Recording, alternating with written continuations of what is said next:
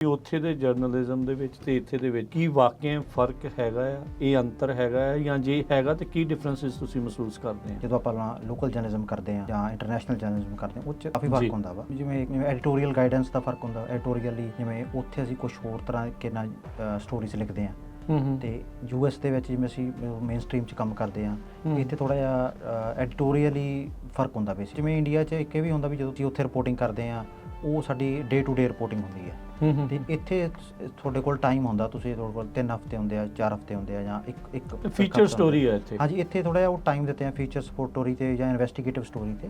ਉਹ ਫੋਕਸ ਕਰਕੇ ਵੀ ਤੁਹਾਨੂੰ ਟਾਈਮ ਦਿੱਤਾ ਜਾਂਦਾ ਵੀ ਤੁਸੀਂ ਇਹ ਕਰੋ ਕੰਮ ਸਪੈਸ਼ਲ ਪ੍ਰੋਜੈਕਟਸ ਦੇ ਉੱਤੇ। ਤੁਸੀਂ ਹੁਣ ਉੱਥੇ ਵੀ ਕਈ ਸਾਲ ਕੰਮ ਕੀਤਾ, ਹੁਣ ਜਿੱਦਾਂ ਦਿਨ ਬ ਦਿਨ ਉੱਥੇ ਐਵਰੀ ਈਅਰ ਉਹ ਰੇਟਿੰਗ ਦੇ ਵਿੱਚ, ਰੈਂਕਿੰਗ ਦੇ ਵਿੱਚ ਥੱਲੇ ਨੂੰ ਜਿਹੜਾ ਉਹ ਜਾ ਰਹੇ ਆ ਜੀ। ਆਪਾਂ ਉੱਥੇ ਬਾਰ-ਬਾਰ ਦੇਖ ਰਹੇ ਆ ਵੀ ਚੈਨਲ ਬਲੌਕ, ਕੋਈ ਚੀਜ਼ਾਂ ਜਿਹੜੀਆਂ ਸਪੈਸੀਫਿਕਲੀ ਬਲੌਕ ਜਿਹੜੀਆਂ ਹੋ ਰਹੀਆਂ ਜੀ। ਇਹੋ ਜਿਹੇ ਮਾਹੌਲ ਦੇ ਵਿੱਚ ਉੱਥੇ ਜਿਹੜਾ ਇੱਕ ਜਰਨਲਿਸਟ ਹੁੰਦਾ ਹੈ, ਉਹਦੇ ਲਈ ਕਿੰਨਾ ਕਹਿ ਲਓ ਵੀ ਇਹ ਕੰਮ ਔਖਾ ਹੋ ਜਾਂਦਾ ਹੈ? ਦੇਖੋ, ਜਰਨਲਿਸਟ ਦੇ ਉੱਤੇ ਜਿਹੜੇ ਜਿਵੇਂ ਤੁਸੀਂ ਜਿਹੜੀ ਗੱਲ ਕਰ ਰਹੇ ਹੋ ਪ੍ਰੈਸ਼ਰ ਦੀ, ਜਾਂ ਉਹ ਹਰ ਤਰ੍ਹਾਂ ਦਾ ਪ੍ਰੈਸ਼ਰ ਰਹਿੰਦਾ ਹੀ ਹੈ, ਚਾਹੇ ਤੁਸੀਂ ਸਟੋਰੀ ਕੋਈ ਵੀ ਸਟੋਰੀ ਕਰ ਰਹੇ ਹੋ। ਤੇ ਉਹ ਕਿਉਂਕਿ ਉਹਦੀ ਆਊਟਕਮ ਕੀ ਹੋਣੀ ਹੈ ਉਹ ਜਰਨਲਿਸਟ ਦੇ ਹੱਥ ਨਹੀਂ ਹੁੰਦਾ। ਬਿਕੋਜ਼ ਤੁਸੀਂ ਕੁਝ ਵੀ ਲਿਖਦੇ ਹੋ, ਉਹ ਕਿਸੇ ਬਾਰੇ ਲਿਖਦੇ ਹੋ, ਉਹਦੀ ਆਊਟਕਮ ਆਉਣੀ ਹੈ। ਇਹ ਸਪੈਸ਼ਲੀ ਜਦੋਂ ਤੁਸੀਂ ਪ੍ਰਿੰਟ ਮੀਡੀਆ 'ਚ ਕੰਮ ਕਰਦੇ ਹੋ, ਵੀ ਉਹਦਾ ਰੈਪਰੀਕਸ਼ਨਸ ਕੁਝ ਵੀ ਹੋ ਸਕਦੇ ਆ। ਚਾਹੇ ਉਹ ਤੁਸੀਂ ਕਿਸੇ ਬਾਰੇ, ਭਾਵੇਂ ਤੁਸੀਂ ਛੋਟੀ ਸਟੋਰੀ ਕਰ ਰਹੇ ਹੋ, ਚਾਹੇ ਤੁਸੀਂ ਵੱਡੀ ਸਟੋਰੀ ਕਰ ਰਹੇ ਹੋ। ਤੁਹਾਡੇ ਉਸ ਜਦੋਂ ਤੁਸੀਂ ਉੱਥੇ ਕਰਦੇ ਸੀਗੇ ਸਟੋਰੀਜ਼, ਤੁਹਾਡੀ ਆਪਣੀ ਜਿਹੜੀ favourite I don't know favourite ਸ਼ਬਦ ਇੱਥੇ ਠੀਕ ਆ ਜਾਂ ਨਹੀਂ ਆ, ਜਾਂ ਇੰਪੈਕਟਫੁਲ ਸਟੋਰੀ ਤੁਹਾਨੂੰ ਜਿਹੜੀ ਉਹ ਸਭ ਤੋਂ ਜਿਹੜੀ ਕਿਹੜੀ ਲੱਗੀ ਸੀ? ਮੈਨੂੰ ਇੱਕ ਜਿਹੜੀ ਸਭ ਤੋਂ ਮੇਰੀ ਉਹ ਪਹਿਲੀ ਸਟੋਰੀ ਸੀ ਜਦੋਂ ਮੈਂ ਫਰੀਦਕੋਟ ਗਿਆ ਸੀਗਾ, ਉਹ ਇੱਕ ਬਹੁਤ ਇੰਪੈਕਟਫੁਲ ਸਟੋਰੀ ਸੀ ਕਿ ਉਦੋਂ ਇੰਡੀਆ ਦੇ ਵਿੱਚ ਵੈਟ ਤੋਂ ਚੇਂਜ ਹੋ ਕੇ ਆਪਣਾ ਜਿਹੜਾ GST ਇੱਕ ਲਾਗੂ ਹੋਇਆ ਸੀਗਾ। ਅੱਛਾ। ਤੇ ਮੈਂ ਉੱਥੇ, ਮੈਨੂੰ ਕਿਸੇ ਨੇ ਦੱਸਿਆ ਵੀ ਫਰੀਦਕੋਟ ਦੇ ਵਿੱਚ ਨਾ ਹੁਣ ਤਾਂ ਚਲੋ ਕਾਫੀ ਫੈਸਿਲਿਟੀਜ਼, ਅੱਜ ਤੋਂ 10 ਸਾਲ ਪਹਿਲਾਂ ਫਰੀਦਕੋਟ ਦੇ ਵਿੱਚ ਕੈਂਸਰ ਕੇਅਰ, ਮਾਲਵੇ ਦੀ ਸਭ ਤੋਂ ਵੱਡੀ ਕੈਂਸਰ ਕੇਅਰ ਜਿਹੜੀ ਸਰਕਾਰੀ ਸੀਗੀ, ਉਹ ਫਰੀਦਕੋਟ ਦੇ ਵਿੱਚ ਸਿਚੁਏਟਡ ਹੈ, ਗੁਰੂ ਗੋਬਿੰਦ ਸਿੰਘ ਮੈਡੀਕਲ ਕਾਲਜ ਦੇ ਵਿੱਚ। ਠੀਕ ਹੈ। ਉੱਥੇ ਕੀ ਸੀਗਾ ਵੀ ਉੱਥੇ ਨਾ ਜਿਹੜੀਆਂ ਦਵਾਈਆਂ, ਤੁਹਾਨੂੰ ਪਤਾ ਵੀ ਉੱਥੇ ਕੁਝ ਦਵਾਈਆਂ ਫ੍ਰੀ ਦਿੱਤੀਆਂ ਜਾਂਦੀਆਂ ਜਾਂ ਸਸਤੇ ਰੇਟਾਂ 'ਤੇ ਦਿੱਤੀਆਂ ਜਾਂਦੀਆਂ ਕੈਂਸਰ ਪੇਸ਼ੈਂਟਸ ਨੂੰ। ਤੇ ਉਹਨਾਂ ਨੇ ਕੀ ਕੀਤਾ ਕਿ ਉਹ ਕੈਂਸਰ ਪੇਸ਼ੈਂਟਸ ਨੂੰ ਜਿਹੜੀਆਂ ਹੈਗੀਆਂ ਨੇ ਉਹ ਦਵਾਈਆਂ, ਉਹਨਾਂ 'ਚ ਕਨਫਿਊਜ਼ਨ ਆ ਗਈ ਕਿ ਜਿਹੜੀਆਂ ਦਵਾਈਆਂ ਅਸੀਂ ਵੈਟ 'ਤੇ ਖਰੀਦੀਆਂ ਉਹ ਵੈਟ ਤੇ ਕਿਵੇਂ ਦਈਏ, ਕਿਉਂਕਿ ਵੈਟ ਖਤਮ ਹੋ ਗਿਆ ਸੀਗਾ। GST ਤੇ ਉਹ ਦੇ ਨਹੀਂ ਸਕਦੇ ਸੀਗੇ। ਇੱਕ ਕਲੈਰੀਕਲ ਐਰਰ ਸੀਗੀ, ਬਟ ਉਹ 2 ਮਹੀਨੇ ਤੋਂ ਕੰਮ ਰੁਕਿਆ ਹੋਇਆ ਸੀਗਾ, ਜਿਹਦੇ ਕਰਕੇ ਦਵਾਈਆਂ ਦੇਣ 'ਚ ਪ੍ਰੋਬਲਮ ਆ ਰਹੀ ਸੀ। ਹਾਂਜੀ, ਕਿਉਂਕਿ ਉਹਨਾਂ ਨੂੰ ਗਾਈਡਲਾਈਨਸ ਨਹੀਂ ਸੀਗੀਆਂ, ਜਿਵੇਂ ਆਪਾਂ ਦੇਖਦੇ ਹਾਂ ਵੀ ਸਰਕਾਰੀ ਕੰਮ ਦੇ ਵਿੱਚ ਗਾਈਡਲਾਈਨਸ ਦੇ ਮੁਤਾਬਕ ਹੀ ਚੱਲਣਾ ਹੁੰਦਾ ਵਾ। ਬਿਲਕੁਲ। ਤੇ ਉਹ ਡਾਕਟਰਸ ਨੇ ਵੀ ਕਈ ਵਾਰ ਉਹਨਾਂ ਨੂੰ ਲਿਖ ਕੇ ਵੈਸੇ ਵੀ ਸਾਨੂੰ ਦੱਸੋ ਤਾਂ ਸਹੀ, ਬਿਕੋਜ਼ ਪੇਸ਼ੈਂਟ ਕੀ ਕਰ ਰਹੇ ਸੀਗੇ, ਪੇਸ਼ੈਂਟ ਬਾਹਰੋਂ ਜਿਹੜੀ ਦਵਾਈ 1000 ਜਾਂ 2000 ਦੀ, ਬਾਹਰੋਂ 10-10 ਹਜ਼ਾਰ ਦੀ ਉਹਨਾਂ ਨੂੰ ਲੈਣੀ ਪੈ ਰਹੀ ਸੀ। ਤੇ ਮੈਂ ਅੱਜ ਵੀ ਮੈਨੂੰ ਯਾਦ ਆ ਕਿ ਅਸੀਂ ਉਹ ਸਟੋਰੀ ਕੀਤੀ ਕਿ cancer care falls victim due to GST confusion. ਤੇ ਉਸ ਸਟੋਰੀ ਲੱਗਣ ਤੋਂ ਇਮੀਡੀਏਟ ਬਾਅਦ ਉਹਨਾਂ ਨੇ ਐਕਸ਼ਨ ਲੈ ਕੇ ਉਹਨਾਂ ਨੂੰ ਗਾਈਡਲਾਈਨਸ ਦਿੱਤੀਆਂ। ਇਹ ਜਿਹੜਾ ਫਿਰ ਐਕਸ਼ਨ ਆ, ਇਹ ਪੰਜਾਬ ਦੀ ਸਰਕਾਰ ਨੇ ਕੀਤਾ। ਹਾਂਜੀ। ਉਦੋਂ ਕਿਹਦੀ ਸਰਕਾਰ ਸੀ? ਆਈ ਥਿੰਕ ਉਦੋਂ ਕੈਪਟਨ ਅਮਰਿੰਦਰ ਸਿੰਘ ਉਹਨਾਂ ਦੀ ਸਰਕਾਰ ਸੀਗੀ। ਅੱਛਾ, ਹੁਣ ਤੁਹਾਡੀ ਜਿਹੜੀ ਤੁਸੀਂ ਲੇਟੈਸਟ ਜਿਹੜੀ ਸਟੋਰੀ ਕੀਤੀ ਉਹਦੇ ਤੇ ਆਪਾਂ ਗੱਲਬਾਤ ਕਰਦੇ ਹਾਂ। ਜਿਹੜੇ ਭਾਰਤ ਦੇ ਜਿਹੜੇ ਗੈਂਗਸ ਆ, ਉਹ ਉਹਨਾਂ ਦਾ ਜਿਹੜੇ ਗੈਂਗਸ ਕਨੈਕਟਡ ਟੂ ਇੰਡੀਆ, ਉਹ ਇਸ ਟਾਈਮ ਜੋ ਇੱਥੇ ਕਰ ਰਹੇ ਹੈਗੇ ਆ ਹਨਾ, ਐਕਸਟੋਰਸ਼ਨ ਦਾ, ਬਿਸ਼ਨੋਈ ਗੈਂਗ, ਕਈ ਕੁਛ ਜਿਹੜਾ ਉਹ ਤੁਸੀਂ ਇਸ ਸਟੋਰੀ ਦੇ ਵਿੱਚ ਐਕਸਪੋਜ਼ ਕੀਤਾ। ਕੁਛ ਵੀਕ ਪਹਿਲਾਂ ਅਜੇ ਤੁਹਾਡੀ ਇਹ ਜਿਹੜੀ ਸਟੋਰੀ ਆਈ, ਤੁਹਾਨੂੰ ਇਹ ਸਟੋਰੀ ਦਾ ਪਹਿਲੋਂ ਕਿੱਦਾਂ ਪਤਾ ਲੱਗਾ, ਕੀ ਮਨ ਦੇ ਵਿੱਚ ਆਇਆ ਵੀ ਤੁਸੀਂ ਇਹ ਸਟੋਰੀ ਕਰਨਾ ਚਾਹੁੰਦੇ? ਤੁਸੀਂ ਜਿਹੜੀ ਭਾਰਤ ਦੇ ਜਿਹੜੇ ਆਰਗੇਨਾਈਜ਼ਡ ਟਾਸਕ ਫੋਰਸ ਆ, ਕ੍ਰਾਈਮ ਟਾਸਕ ਫੋਰਸ, ਉਹਨਾਂ ਤੋਂ ਵੀ ਸਟੇਟਮੈਂਟ ਲਈ, ਉਹ ਕੰਟੈਕਟ ਕਿੱਦਾਂ ਸੀਗਾ? ਦੇਖੋ ਜੀ, ਮੈਂ ਇੰਡੀਆ 'ਚ ਵੀ ਕੰਮ ਕੀਤਾ ਹੈ, ਇਹ ਸਾਡੀ ਡਿਊਟੀ ਵੀ ਹੈਗੀ ਆ ਵੀ ਅਸੀਂ ਹਰ ਬੰਦਾ ਜਿਹਦੇ ਉੱਤੇ ਜੋ ਵੀ ਐਲੀਗੇਸ਼ਨ ਆ ਜਾਂ ਕਾਊਂਟਰ ਐਲੀਗੇਸ਼ਨ ਆ ਜਾਂ ਜਿਹਦੇ ਬਾਰੇ ਗੱਲ ਕੀਤੀ ਜਾਂਦੀ ਆ, ਹਰ ਬੰਦੇ ਤੱਕ ਅਸੀਂ ਅਪਰੋਚ ਕਰੀਏ। That is how we able to deliver our impartial report, ਜਿਹਦੇ ਉੱਤੇ ਮੈਂ ਹਮੇਸ਼ਾ ਫੋਕਸ ਕਰਦਾ ਵਾਂ। ਜਦੋਂ ਤੁਸੀਂ ਇੰਪਾਰਸ਼ੀਅਲ ਰਿਪੋਰਟ ਕਰਦੇ ਹੋ, that is a best way to tell the story across the world ਜਿਹੜਾ ਹੈਗਾ। ਤੇ ਉਹ ਸਾਨੂੰ ਮੈਂ ਇੰਡੀਆ 'ਚ ਵੀ ਫੋਲੋ ਕਰਦਾ ਸੀਗਾ, ਕਿਉਂਕਿ ਕੁਛ ਜਿਵੇਂ ਆਪਾਂ ਨੂੰ ਪਤਾ ਵੀ ਇਹ ਜਿਹੜੇ ਟਰਾਂਸਨੈਸ਼ਨਲ ਗੈਂਗ ਨੇ ਇਹ ਇੰਟਰਕਨੈਕਟਡ ਨੇ, ਤੇ ਕੁਛ ਕ੍ਰਾਈਮ ਇੱਥੇ ਹੁੰਦਾ, ਕੁਛ ਇੰਡੀਆ ਹੁੰਦਾ ਵਾ, ਤੇ ਮਤਲਬ ਵਿਕਟਮ ਦੋਨੇ ਪਾਸੇ ਹੀ ਹੈਗੇ ਨੇ। ਤੇ ਅਸੀਂ ਉਹ ਆਪਣਾ ਜਿਹੜੀ ਹੈਗੀ ਆ ਇੰਡੀਆ ਦੇ ਵਿੱਚ ਇੱਕ ਹਰਿਆਣਾ ਪੁਲਿਸ ਨੂੰ ਅਸੀਂ ਕੰਟੈਕਟ ਕੀਤਾ।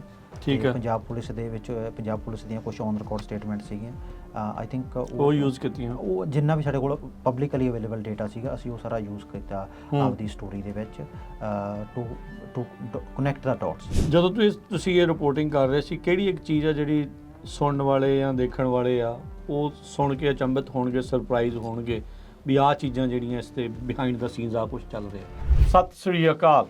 Punjabi radio USA, Punjabi TV USA ਦੇ ਉੱਤੇ ਆਪ ਸਭ ਦਾ ਸਵਾਗਤ ਹੈ।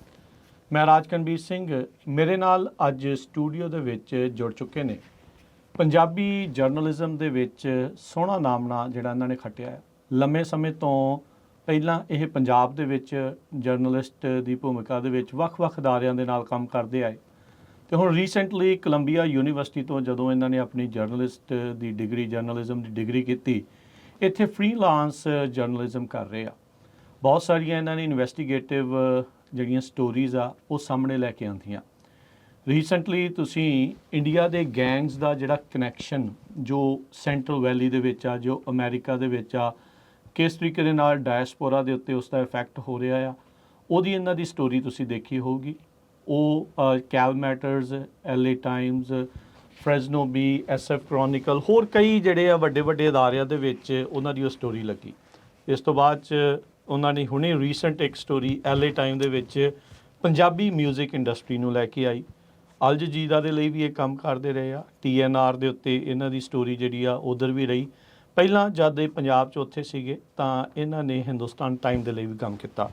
ਮੇਰੇ ਨਾਲ ਇਸ ਟਾਈਮ ਜੁੜ ਚੁੱਕੇ ਨੇ ਗਗਨਦੀਪ ਸਿੰਘ। ਗਗਨਦੀਪ ਸਿੰਘ ਜੀ, ਨੂੰ ਸਵਾਗਤ ਹੈ। ਥੈਂਕ ਯੂ ਸੋ ਮਚ ਜੀ। ਸਤਿ ਸ਼੍ਰੀ ਅਕਾਲ ਰਾਜਕਰਨਵੀਰ ਜੀ, ਥੈਂਕ ਯੂ ਸੋ ਮਚ। ਤੁਸੀਂ ਸਾਨੂੰ ਮੌਕਾ ਦਿੱਤਾ ਪੰਜਾਬੀ ਰੇਡੀਓ USA ਤੇ ਆਉਣ ਦਾ and such a wonderful introduction you have given ji. So Gagandeep Singh, ਪਹਿਲਾਂ ਤਾਂ ਆਪਾਂ ਤੁਹਾਡੇ ਬਾਰੇ ਥੋੜ੍ਹਾ ਜਾਣਨ ਦੀ ਕੋਸ਼ਿਸ਼ ਕਰਦੇ ਹਾਂ। ਜਰਨਲਿਜ਼ਮ ਦੇ ਵਿੱਚ ਆਉਣ ਦਾ ਕਿੱਦਾਂ ਸਬੱਬ ਬਣਿਆ? ਮੈਂ ਇਹਨੂੰ ਇੱਕ ਐਕਸੀਡੈਂਟਲ ਕਹੂੰਗਾ। ਠੀਕ ਹੈ। ਮੈਨੂੰ ਜਰਨਲਿਜ਼ਮ ਆਪਣਾ ਜਨਰਲ ਨੌਲੇਜ ਦਾ ਸ਼ੁਰੂ ਤੋਂ ਬਚਪਨ ਤੋਂ ਹੀ ਸ਼ੌਂਕ ਸੀਗਾ। ਠੀਕ ਹੈ। ਬਟ ਕਿਉਂਕਿ ਆਪਾਂ ਨੂੰ ਪਤਾ ਜਦੋਂ ਆਪਾਂ ਇੰਡੀਆ 'ਚ ਹੁੰਦੇ ਹਾਂ ਉੱਥੇ ਕਰੀਅਰ ਗਾਈਡੈਂਸ ਤਾਂ ਜ਼ਿਆਦਾ ਨਹੀਂ ਹੁੰਦੀ ਤੇ ਮੈਂ ਪਹਿਲਾਂ ਆਪਣੀ ਇੰਜੀਨੀਅਰਿੰਗ ਚੰਡੀਗੜ੍ਹ ਤੋਂ ਕਰ ਰਿਹਾ ਸੀਗਾ ਜਦੋਂ ਫਿਰ ਮੈਨੂੰ ਜਰਨਲਿਜ਼ਮ ਬਾਰੇ ਪਤਾ ਲੱਗਿਆ। ਠੀਕ ਹੈ। ਤੇ ਫਿਰ ਮੈਂ ਆਪਣੀ ਇੰਜੀਨੀਅਰਿੰਗ ਕੰਪਲੀਟ ਕਰਕੇ ਫਿਰ ਮੈਂ ਪੰਜਾਬੀ ਯੂਨੀਵਰਸਿਟੀ ਪਟਿਆਲਾ ਤੋਂ ਆਪਣੀ ਮਾਸਟਰਸ ਇਨ ਜਰਨਲਿਜ਼ਮ ਕੀਤੀ। ਠੀਕ ਹੈ। ਤੇ ਉਹਦੇ ਨਾਲ ਨਾਲ ਮੈਂ ਹਿੰਦੁਸਤਾਨ ਟਾਈਮਸ ਪਟਿਆਲਾ ਬਿਊਰੋ ਦੇ ਵਿੱਚ ਐਜ਼ ਏ ਇੰਟਰਨਸ਼ਿਪ ਸ਼ੁਰੂ ਕਰਤੀ ਸੀਗੀ ਆਪਦੇ ਸੈਕੰਡ ਸਮੈਸਟਰ ਦੇ ਵਿੱਚ। ਕਿਹੜਾ ਈਅਰ ਸੀ ਇਹ 2015 ਐਂਡ ਤੋਂ, ਜਿਵੇਂ ਆਪਾਂ 2016 ਤੋਂ ਮੈਂ ਸਟਾਰਟ ਕੀਤਾ ਸੀ। February I think was a time. ਤੇ ਫਿਰ ਮੈਂ 1.5 ਸਾਲ ਪਹਿਲਾਂ ਹਿੰਦੁਸਤਾਨ ਟਾਈਮਸ ਪਟਿਆਲਾ 'ਚ ਆਪਦੀ ਇੰਟਰਨਸ਼ਿਪ ਕਰਦਾ ਸੀਗਾ ਤੇ ਨਾਲ ਨਾਲ ਮੈਂ ਆਪਣੀ ਡਿਗਰੀ ਕੰਪਲੀਟ ਕੀਤੀ। ਉਸ ਤੋਂ ਬਾਅਦ ਫਿਰ ਮੈਂ ਮੇਰੀ ਜਿਹੜੀ ਫਸਟ ਜਿਹੜੀ ਜੌਬ ਸੀ ਉਹ Hindustan Times Chandigarh city team ਦੇ ਵਿੱਚ ਮੇਰੀ ਪੋਸਟਿੰਗ ਹੋਈ ਸੀਗੀ ਮੋਹਾਲੀ ਦੇ ਵਿੱਚ। ਠੀਕ ਹੈ। ਉੱਥੇ ਮੈਂ ਮੋਹਾਲੀ ਕਵਰ ਕਰਦਾ ਸੀ ਤੇ ਉਹਨਾਂ ਦਿਨਾਂ ਦੇ ਵਿੱਚ ਡੇਰਾ ਸੱਚਾ ਸੌਦਾ ਦੇ ਮੁਖੀ ਜਿਹੜੇ ਸੀਗੇ ਗੁਰਮੀਤ ਰਾਮ ਰਹੀਮ ਸਿੰਘ, ਉਹਨਾਂ ਨੂੰ ਸਜ਼ਾ ਹੋਈ ਸੀ ਤੇ ਉਹ ਵੀ ਇਵੈਂਟ ਵੀ ਮੈਂ ਕਵਰ ਕੀਤੇ ਸੀਗੇ। ਫਿਰ ਉਸ ਤੋਂ ਬਾਅਦ ਮੇਰੀ ਪ੍ਰਮੋਸ਼ਨ ਹੋ ਗਈ ਤੇ ਮੈਂ 1.5 ਸਾਲ ਦੇ ਕਰੀਬ ਸਤੰਬਰ 2017 ਤੋਂ ਲੈ ਕੇ 2019 ਮਾਰਚ ਤੱਕ ਦਾ ਸਮਾਂ ਮੈਂ ਹਿੰਦੁਸਤਾਨ ਟਾਈਮਸ ਦੇ ਸਟਾਫ ਰਿਪੋਰਟਰ ਵਜੋਂ ਫਰੀਦਕੋਟ ਵਿੱਚ ਮੇਰੀ ਨਿਯੁਕਤੀ ਹੋਈ ਸੀਗੀ ਤੇ ਉੱਥੇ ਮੈਂ ਫਰੀਦਕੋਟ, ਮੋਗਾ ਤੇ ਹੋਰ ਵੀ ਆਲੇ ਦੁਆਲੇ ਦੇ ਡਿਸਟ੍ਰਿਕਟਸ ਦੇ ਵਿੱਚ ਸਟੋਰੀਜ਼ ਕਰਦਾ ਸੀ ਅਤੇ ਉੱਥੇ ਸਭ ਤੋਂ ਵੱਧ ਮੈਨੂੰ ਉਸ ਚੀਜ਼ ਦਾ ਆਪਦੇ ਕੰਮ ਕਰਨ ਦਾ ਮੈਨੂੰ ਉੱਥੇ ਕਾਫੀ ਮੌਕਾ ਮਿਲਿਆ। ਸਪੈਸ਼ਲੀ ਮੈਂ ਉੱਥੇ ਜੋ ਸ਼੍ਰੀ ਗੁਰੂ ਗ੍ਰੰਥ ਸਾਹਿਬ ਜੀ ਦੀ ਬੇਅਦਬੀ ਦੇ ਮਾਮਲੇ ਸੀਗੇ ਉਹਨਾਂ ਨੂੰ ਮੈਂ ਕਾਫੀ ਇੰਟੈਂਸਿਵਲੀ ਕਵਰ ਕੀਤਾ ਅਤੇ ਮੇਰੇ ਹੁੰਦੇ ਹੋਏ ਜਦੋਂ ਮੈਂ ਉੱਥੇ ਪੋਸਟਡ ਸੀਗਾ ਉਹਨਾਂ ਮੁਕੱਦਮਿਆਂ 'ਚ ਬ੍ਰੇਕ ਥਰੂ ਆਇਆ ਸੀਗਾ ਜੋ ਪੰਜਾਬ ਪੁਲਿਸ ਵੱਲੋਂ ਡੇਰਾ ਸੱਚਾ ਸੌਦਾ ਦੇ ਜੋ ਫੋਲੋਅਰ ਸੀ ਉਹਨਾਂ ਨੂੰ ਅਰੈਸਟ ਕੀਤਾ ਗਿਆ ਸੀਗਾ ਤੇ ਉਹ ਚੀਜ਼ ਨੂੰ ਮੈਂ ਕਾਫੀ ਇੰਟੈਂਸਿਵਲੀ ਰਿਪੋਰਟ ਕੀਤਾ ਤਕਰੀਬਨ 1.5-2 ਸਾਲ ਤੱਕ, ਜਿੰਨਾ ਚਿਰ ਉਹ ਇਨਵੈਸਟੀਗੇਸ਼ਨ ਚੱਲਦੀਆਂ ਰਹੀਆਂ। ਤੇ ਫਿਰ ਉਸ ਤੋਂ ਬਾਅਦ ਮੇਰੀ ਪੋਸਟਿੰਗ ਜਲੰਧਰ ਦੇ ਵਿੱਚ ਹੋ ਗਈ ਸੀਗੀ। ਇੱਥੇ ਮੈਂ ਦੁਆਬਾ ਰੀਜਨ ਕਰੀਬ 3 ਸਾਲ ਦੇ ਕਰੀਬ ਕਵਰ ਕੀਤਾ ਅਤੇ ਉਸ ਤੋਂ ਦੌਰਾਨ ਮੇਰੀ ਇੱਕ ਜਿਹੜੀ Missouri school of journalism Columbia Missouri ਦੇ ਵਿੱਚ ਹੈਗਾ ਜੀ, ਯੂਨੀਵਰਸਿਟੀ ਆਫ ਮਿਜ਼ੂਰੀ ਦੇ ਵਿੱਚ, ਉਹਨਾਂ ਨੇ ਮੈਨੂੰ ਇੱਕ ਇਨਵੈਸਟੀਗੇਟਿਵ ਜਰਨਲਿਜ਼ਮ ਦੇ ਵਿੱਚ ਇੱਕ ਫੈਲੋਸ਼ਿਪ ਅਵਾਰਡ ਕੀਤੀ ਸੀਗੀ। ਠੀਕ ਹੈ। ਤੇ ਅਸੀਂ ਕੁਛ ਕੁ ਬੰਦੇ ਸੀਗੇ ਸਾਊਥ ਏਸ਼ੀਆ ਤੋਂ, ਇਹਨਾਂ ਨੂੰ ਫੈਲੋਸ਼ਿਪ ਪ੍ਰੈਸਟੀਜੀਅਸ ਫੈਲੋਸ਼ਿਪ ਮਿਲੀ ਸੀ। ਉਹਦਾ ਨਾਮ ਸੀ ਐਲਫਰੈਡ ਫਰੈਂਡਲੀ ਪ੍ਰੈਸ ਪਾਰਟਨਰਸ ਫੈਲੋਸ਼ਿਪ। ਠੀਕ ਹੈ। ਉਸ ਦੌਰਾਨ ਪਹਿਲਾਂ ਉਸਦਾ ਜੋ ਐਕੈਡੈਮਿਕ ਵਰਕ ਸੀ ਉਹ ਮਿਜ਼ੂਰੀ ਸਕੂਲ ਆਫ ਜਰਨਲਿਜ਼ਮ ਦੇ ਵਿੱਚ ਹੋਇਆ ਸੀਗਾ, ਜਿਹੜਾ ਕਿ ਦੁਨੀਆ ਦਾ ਸਭ ਤੋਂ ਓਲਡੈਸਟ ਜਰਨਲਿਜ਼ਮ ਸਕੂਲ ਹੈ। ਫਿਰ ਮੈਂ ਪਿਟਸਬਰਗ ਦੇ ਵਿੱਚ ਮੇਰੀ ਪੋਸਟਿੰਗ ਹੋਈ ਸੀ, ਉੱਥੇ ਮੈਂ ਪਿਟਸਬਰਗ ਪੋਸਟ ਗ੍ਰੈਜੂਏਟ ਲਈ ਵੀ ਕੰਮ ਕੀਤਾ ਸੀਗਾ ਉਸ ਫੈਲੋਸ਼ਿਪ ਦੇ ਦੌਰਾਨ। ਅਤੇ ਉਸ ਦੌਰਾਨ ਮੈਂ ਇੱਕ ਸਿੱਖ ਕਮਿਊਨਿਟੀ ਦੇ ਜਿਹੜੀ ਪਿਟਸਬਰਗ ਦੇ ਵਿੱਚ ਸਿੱਖ ਕਮਿਊਨਿਟੀ ਸੀ ਉਹਦੇ ਉੱਤੇ ਕਵਰ ਸਟੋਰੀ ਵੀ ਕੀਤੀ ਸੀਗੀ ਕਿ ਇਹ ਪਿਟਸਬਰਗ ਦੇ ਸਿੱਖਾਂ ਦੇ ਬਾਰੇ ਵੀ ਉਹ ਕਦੋਂ ਉੱਥੇ ਆਉਣਾ ਸ਼ੁਰੂ ਹੋਏ, ਕਿਵੇਂ ਕਿਵੇਂ ਉਹਨਾਂ ਦੀ ਜਰਨੀ ਹੁਣ ਤੱਕ ਅਨਫੋਲਡ ਹੋਈ ਤੇ ਉਹਨਾਂ ਨੇ ਗੁਰਦੁਆਰਾ ਸਾਹਿਬ ਬਣਾਉਣ ਉੱਤੇ, ਗੁਰਦੁਆਰਾ ਸਾਹਿਬ ਹੈ ਮੋਨਰੋਵਿਲ ਦੇ ਵਿੱਚ, ਮੈਨੂੰ ਅੱਜ ਵੀ ਯਾਦ ਹੈ। ਤੇ ਉੱਥੇ ਮੈਨੂੰ ਉਸ ਚੀਜ਼ ਉਹਨਾਂ ਲੋਕਾਂ ਦੀ ਕਹਾਣੀ ਮੈਂ ਇੱਕ ਦੱਸੀ। ਉੱਥੋਂ ਦੀ ਲੋਕਲ ਆਡੀਅנס ਨੂੰ ਦੱਸੀ। ਤੇ ਉਸ ਤੋਂ ਬਿਨਾਂ ਮੈਂ ਉੱਥੇ ਫੈਡਰਲ ਕੋਰਟਸ ਜਿਹੜੀਆਂ FBI ਦੇ ਕ੍ਰਾਈਮ ਅਗੇਂਸਟ ਮਾਈਨਰ ਕੇਸਿਸ ਸੀ ਉਹਨਾਂ ਦੀ ਵੀ ਕਵਰੇਜ ਕੀਤੀ। ਮੇਰੀ ਫੈਲੋਸ਼ਿਪ ਤੋਂ ਬਾਅਦ ਫਿਰ ਮੈਂ ਇੰਡੀਆ ਚਲਾ ਗਿਆ ਸੀਗਾ ਜੀ। ਇੰਡੀਆ ਜਾ ਕੇ ਮੈਂ BBC ਪੰਜਾਬੀ ਸਰਵਿਸ ਦੇ ਵਿੱਚ ਜੁਆਇਨ ਕੀਤਾ ਐਜ਼ ਅ ਸਟਾਫ ਰਿਪੋਰਟਰ, ਤੇ ਜਿੱਥੇ ਮੈਂ 1.5 ਸਾਲ ਕੰਮ ਕੀਤਾ ਤੇ ਵੱਖ-ਵੱਖ ਸਟੋਰੀਆਂ, ਵੱਖ-ਵੱਖ ਵਿਸ਼ਿਆਂ 'ਤੇ ਸਟੋਰੀਆਂ ਕੀਤੀਆਂ। ਤੇ 2024 ਦੇ ਵਿੱਚ ਮੈਨੂੰ ਮੌਕਾ ਮਿਲਿਆ ਕਿ ਜੋ ਦੁਨੀਆ ਦਾ ਸਭ ਤੋਂ ਬਿਹਤਰੀਨ ਜਰਨਲਿਜ਼ਮ ਦਾ ਸਕੂਲ ਹੈ, ਕੋਲੰਬੀਆ ਜਰਨਲਿਜ਼ਮ ਸਕੂਲ, ਜਿਹੜਾ ਨਿਊਯਾਰਕ ਮੈਨਹੈਟਨ ਦੇ ਵਿੱਚ ਹੈ, ਕੋਲੰਬੀਆ ਯੂਨੀਵਰਸਿਟੀ, ਸਾਰਿਆਂ ਨੂੰ ਪਤਾ ਇੱਕ ਆਈਵੀ ਲੀਗ ਪ੍ਰੈਸਟੀਜੀਅਸ ਯੂਨੀਵਰਸਿਟੀ ਹੈ। ਉੱਥੇ ਆਪਦੀ ਮਾਸਟਰਸ ਇਨ ਪੋਲੀਟਿਕਸ ਅਤੇ ਗਲੋਬਲ ਅਫੇਅਰਸ ਕਰਨ ਦਾ, ਤੇ ਮੈਂ ਉਸ ਨੂੰ ਆਪਦੀ ਜ਼ਿੰਦਗੀ ਦਾ ਬਹੁਤ ਬਿਹਤਰੀਨ ਲਮਹਾ ਮੰਨਦਾ ਕਿ ਮੈਨੂੰ ਉੱਥੇ ਉਸ ਸਕੂਲ 'ਚ ਜਾਣ ਦਾ ਮੌਕਾ ਮਿਲਿਆ, ਜਿਹਨੂੰ ਜਿੱਥੇ ਸਾਰੀ ਦੁਨੀਆ ਦੇ ਜਾਣਾ ਚਾਹੁੰਦੀ ਹੈ। ਪ੍ਰੈਸਟੀਜੀਅਸ ਅਵਾਰਡ ਮਿਲਦੇ ਆ, ਪੁਲਿਟਜ਼ਰ ਅਵਾਰਡ ਉਹ ਸਕੂਲ ਦਿੰਦਾ ਵਾ। ਤੇ ਆਫਟਰ ਕੰਪਲੀਟਿੰਗ ਮਾਈ ਗ੍ਰੈਜੂਏਸ਼ਨ ਹੁਣ ਪਿਛਲੇ ਤਕਰੀਬਨ 8-9 ਮਹੀਨਿਆਂ ਤੋਂ ਮੈਂ ਸੈਕਰਾਮੈਂਟੋ ਦੇ ਵਿੱਚ ਰਹਿ ਕੇ ਵੱਖ-ਵੱਖ ਨਿਊਜ਼ ਅਦਾਰਿਆਂ ਲਈ ਕੰਮ ਕਰ ਰਿਹਾ ਵਾਂ। ਜਦ ਮੈਂ ਕੈਲਮੈਟਰਸ ਲਈ ਐਜ਼ ਕੰਟਰੀਬਿਊਟਰ ਰਾਈਟਰ ਹਾਂ। ਫਿਰ ਹੋਰ ਵੀ ਜਿਹੜੇ ਅਦਾਰੇ ਆ, PBS ਹੋ ਗਿਆ, BBC ਹੋ ਗਿਆ, ਵੱਖ-ਵੱਖ ਅਦਾਰਿਆਂ 'ਚ ਮੈਂ ਕੰਮ ਕਰ ਰਿਹਾ ਜੀ। ਸੋ ਕਾਫੀ ਤੁਸੀਂ ਲੰਮਾ ਚੌੜਾ ਜਿਹੜਾ ਦੱਸਿਆ 2016 ਤੋਂ ਤੁਸੀਂ ਕਹਿ ਲਓ ਵੀ ਸ਼ੁਰੂ ਹੋਏ ਤੇ ਹੁਣ 2026 'ਚ ਪਹੁੰਚ ਗਏ ਆ। 10 ਸਾਲ ਦਾ ਹੁਣ ਤੁਹਾਨੂੰ ਤਜਰਬਾ ਜਿਹੜਾ ਉਹ ਹੋ ਚੁੱਕਾ ਆ। ਜਦੋਂ ਸ਼ੁਰੂ ਕੀਤਾ ਸੀਗਾ ਗਗਨ ਨੇ 2016 'ਚ ਤੇ ਹੁਣ 2026 'ਚ ਕਿੱਦਾਂ ਦੇਖਦੇ ਆ ਵੀ ਐਕਸਪੀਰੀਅੰਸ ਨੇ ਕਿੱਦਾਂ ਮੋਲਡ ਕੀਤਾ ਹੈ ਤੁਹਾਨੂੰ? ਮੈਂ ਇਸ ਚੀਜ਼ ਨੂੰ ਆਪਦੇ ਆਪ ਨੂੰ ਬਹੁਤ ਖੁਸ਼ਕਿਸਮਤ ਮੰਨਦਾ ਮੈਂ ਜੀ। ਇਹ ਕੋਈ ਵੀ ਰਿਪੋਰਟਰ ਜਾਂ ਕੋਈ ਵੀ ਬੰਦਾ ਜਦੋਂ ਵੀ ਅੱਗੇ ਵੱਧਦਾ ਜਾਂ ਮੰਨ ਲਓ ਅਗਲੀ ਸਟੈਪ ਲੈਂਦਾ ਵਾ, ਉਹਦੇ 'ਚ ਗਾਈਡੈਂਸ ਦੀ ਬਹੁਤ ਇੰਪੋਰਟੈਂਟ ਹੁੰਦੀ ਹੈ। ਤੇ ਮੈਨੂੰ ਮੇਰੇ ਐਡੀਟਰਸ ਵੱਲੋਂ ਜਿੱਥੇ ਵੀ ਮੈਂ ਗਿਆ, ਭਾਵੇਂ ਇੰਡੀਆ 'ਚ ਹੋਵੇ, US ਹੋਵੇ, ਕਿਤੇ ਵੀ ਹੋਵੇ, ਮੈਨੂੰ ਮੇਰੇ ਆਪਦੇ ਐਡੀਟਰਸ ਵੱਲੋਂ ਬਹੁਤ ਮੈਂਟਰਸ਼ਿਪ ਮਿਲੀ, ਗਾਈਡੈਂਸ ਮਿਲੀ। ਤੇ ਮੈਂ ਸਿਰਫ ਐਫਰਟ ਕੀਤੇ, ਮੇਰਾ ਕੰਮ ਸੀ ਐਫਰਟ ਕਰਨਾ। ਬਾਕੀ ਜਿਹੜੇ ਰਾਹ ਹੁੰਦੇ ਆ ਉਹ ਆਪਣੇ ਆਪ ਹੀ ਬਣਦੇ ਜਾਂਦੇ ਆ। ਮੈਂ ਇਸ ਚੀਜ਼ ਤੋਂ ਹਮੇਸ਼ਾ ਇਸ ਚੀਜ਼ ਨੂੰ ਫੋਲੋ ਕਰਦਾ ਕਿ ਆਪਦੇ ਐਡੀਟਰਸ ਤੋਂ, ਜਿਹੜੇ ਆਪਦੇ ਸੀਨੀਅਰਸ ਨੇ, ਉਹਨਾਂ ਤੋਂ ਸਿੱਖਣ ਦੀ ਜ਼ਰੂਰਤ ਹੁੰਦੀ ਹੈ। ਤੇ ਤੁਸੀਂ ਉਹਨਾਂ ਨੂੰ ਫੋਲੋ ਕਰਦੇ ਹੋ ਤਾਂ ਇਵੈਂਚੁਅਲੀ ਆਪਣੇ ਆਪ ਰਾਹ ਬਣਦੇ ਜਾਂਦੇ ਆ।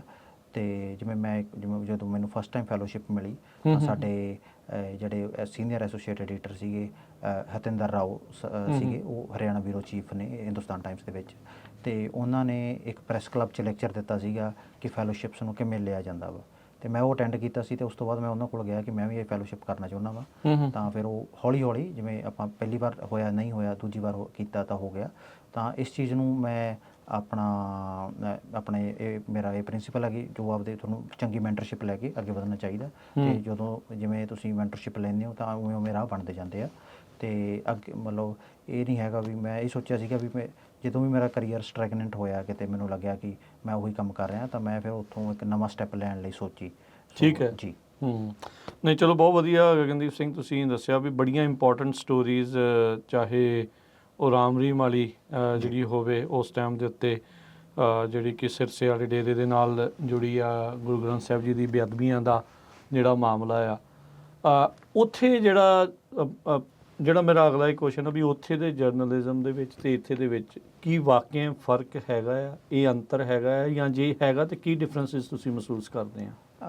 ਦੇਖੋ, ਹਰ ਤਰ੍ਹਾਂ ਦਾ, ਹਰ ਖਿੱਤੇ ਦੇ ਵਿੱਚ ਜਦੋਂ ਆਪਾਂ ਲੋਕਲ ਜਰਨਲਿਜ਼ਮ ਕਰਦੇ ਹਾਂ ਜਾਂ ਇੰਟਰਨੈਸ਼ਨਲ ਜਰਨਲਿਜ਼ਮ ਕਰਦੇ ਹਾਂ, ਉਹ 'ਚ ਥੋੜ੍ਹਾ ਬਹੁਤਾ ਫਰਕ ਤਾਂ ਹੁੰਦਾ ਹੀ, ਕਾਫੀ ਫਰਕ ਹੁੰਦਾ ਵਾ। ਜਿਵੇਂ ਕੁਛ ਨਿਊਜ਼, ਜਿਵੇਂ ਐਡੀਟੋਰੀਅਲ ਗਾਈਡੈਂਸ ਦਾ ਫਰਕ ਹੁੰਦਾ। ਐਡੀਟੋਰੀਅਲੀ ਜਿਵੇਂ ਉੱਥੇ ਅਸੀਂ ਕੁਛ ਹੋਰ ਤਰ੍ਹਾਂ ਕੇ ਨਾਲ ਸਟੋਰੀਜ਼ ਲਿਖਦੇ ਹਾਂ।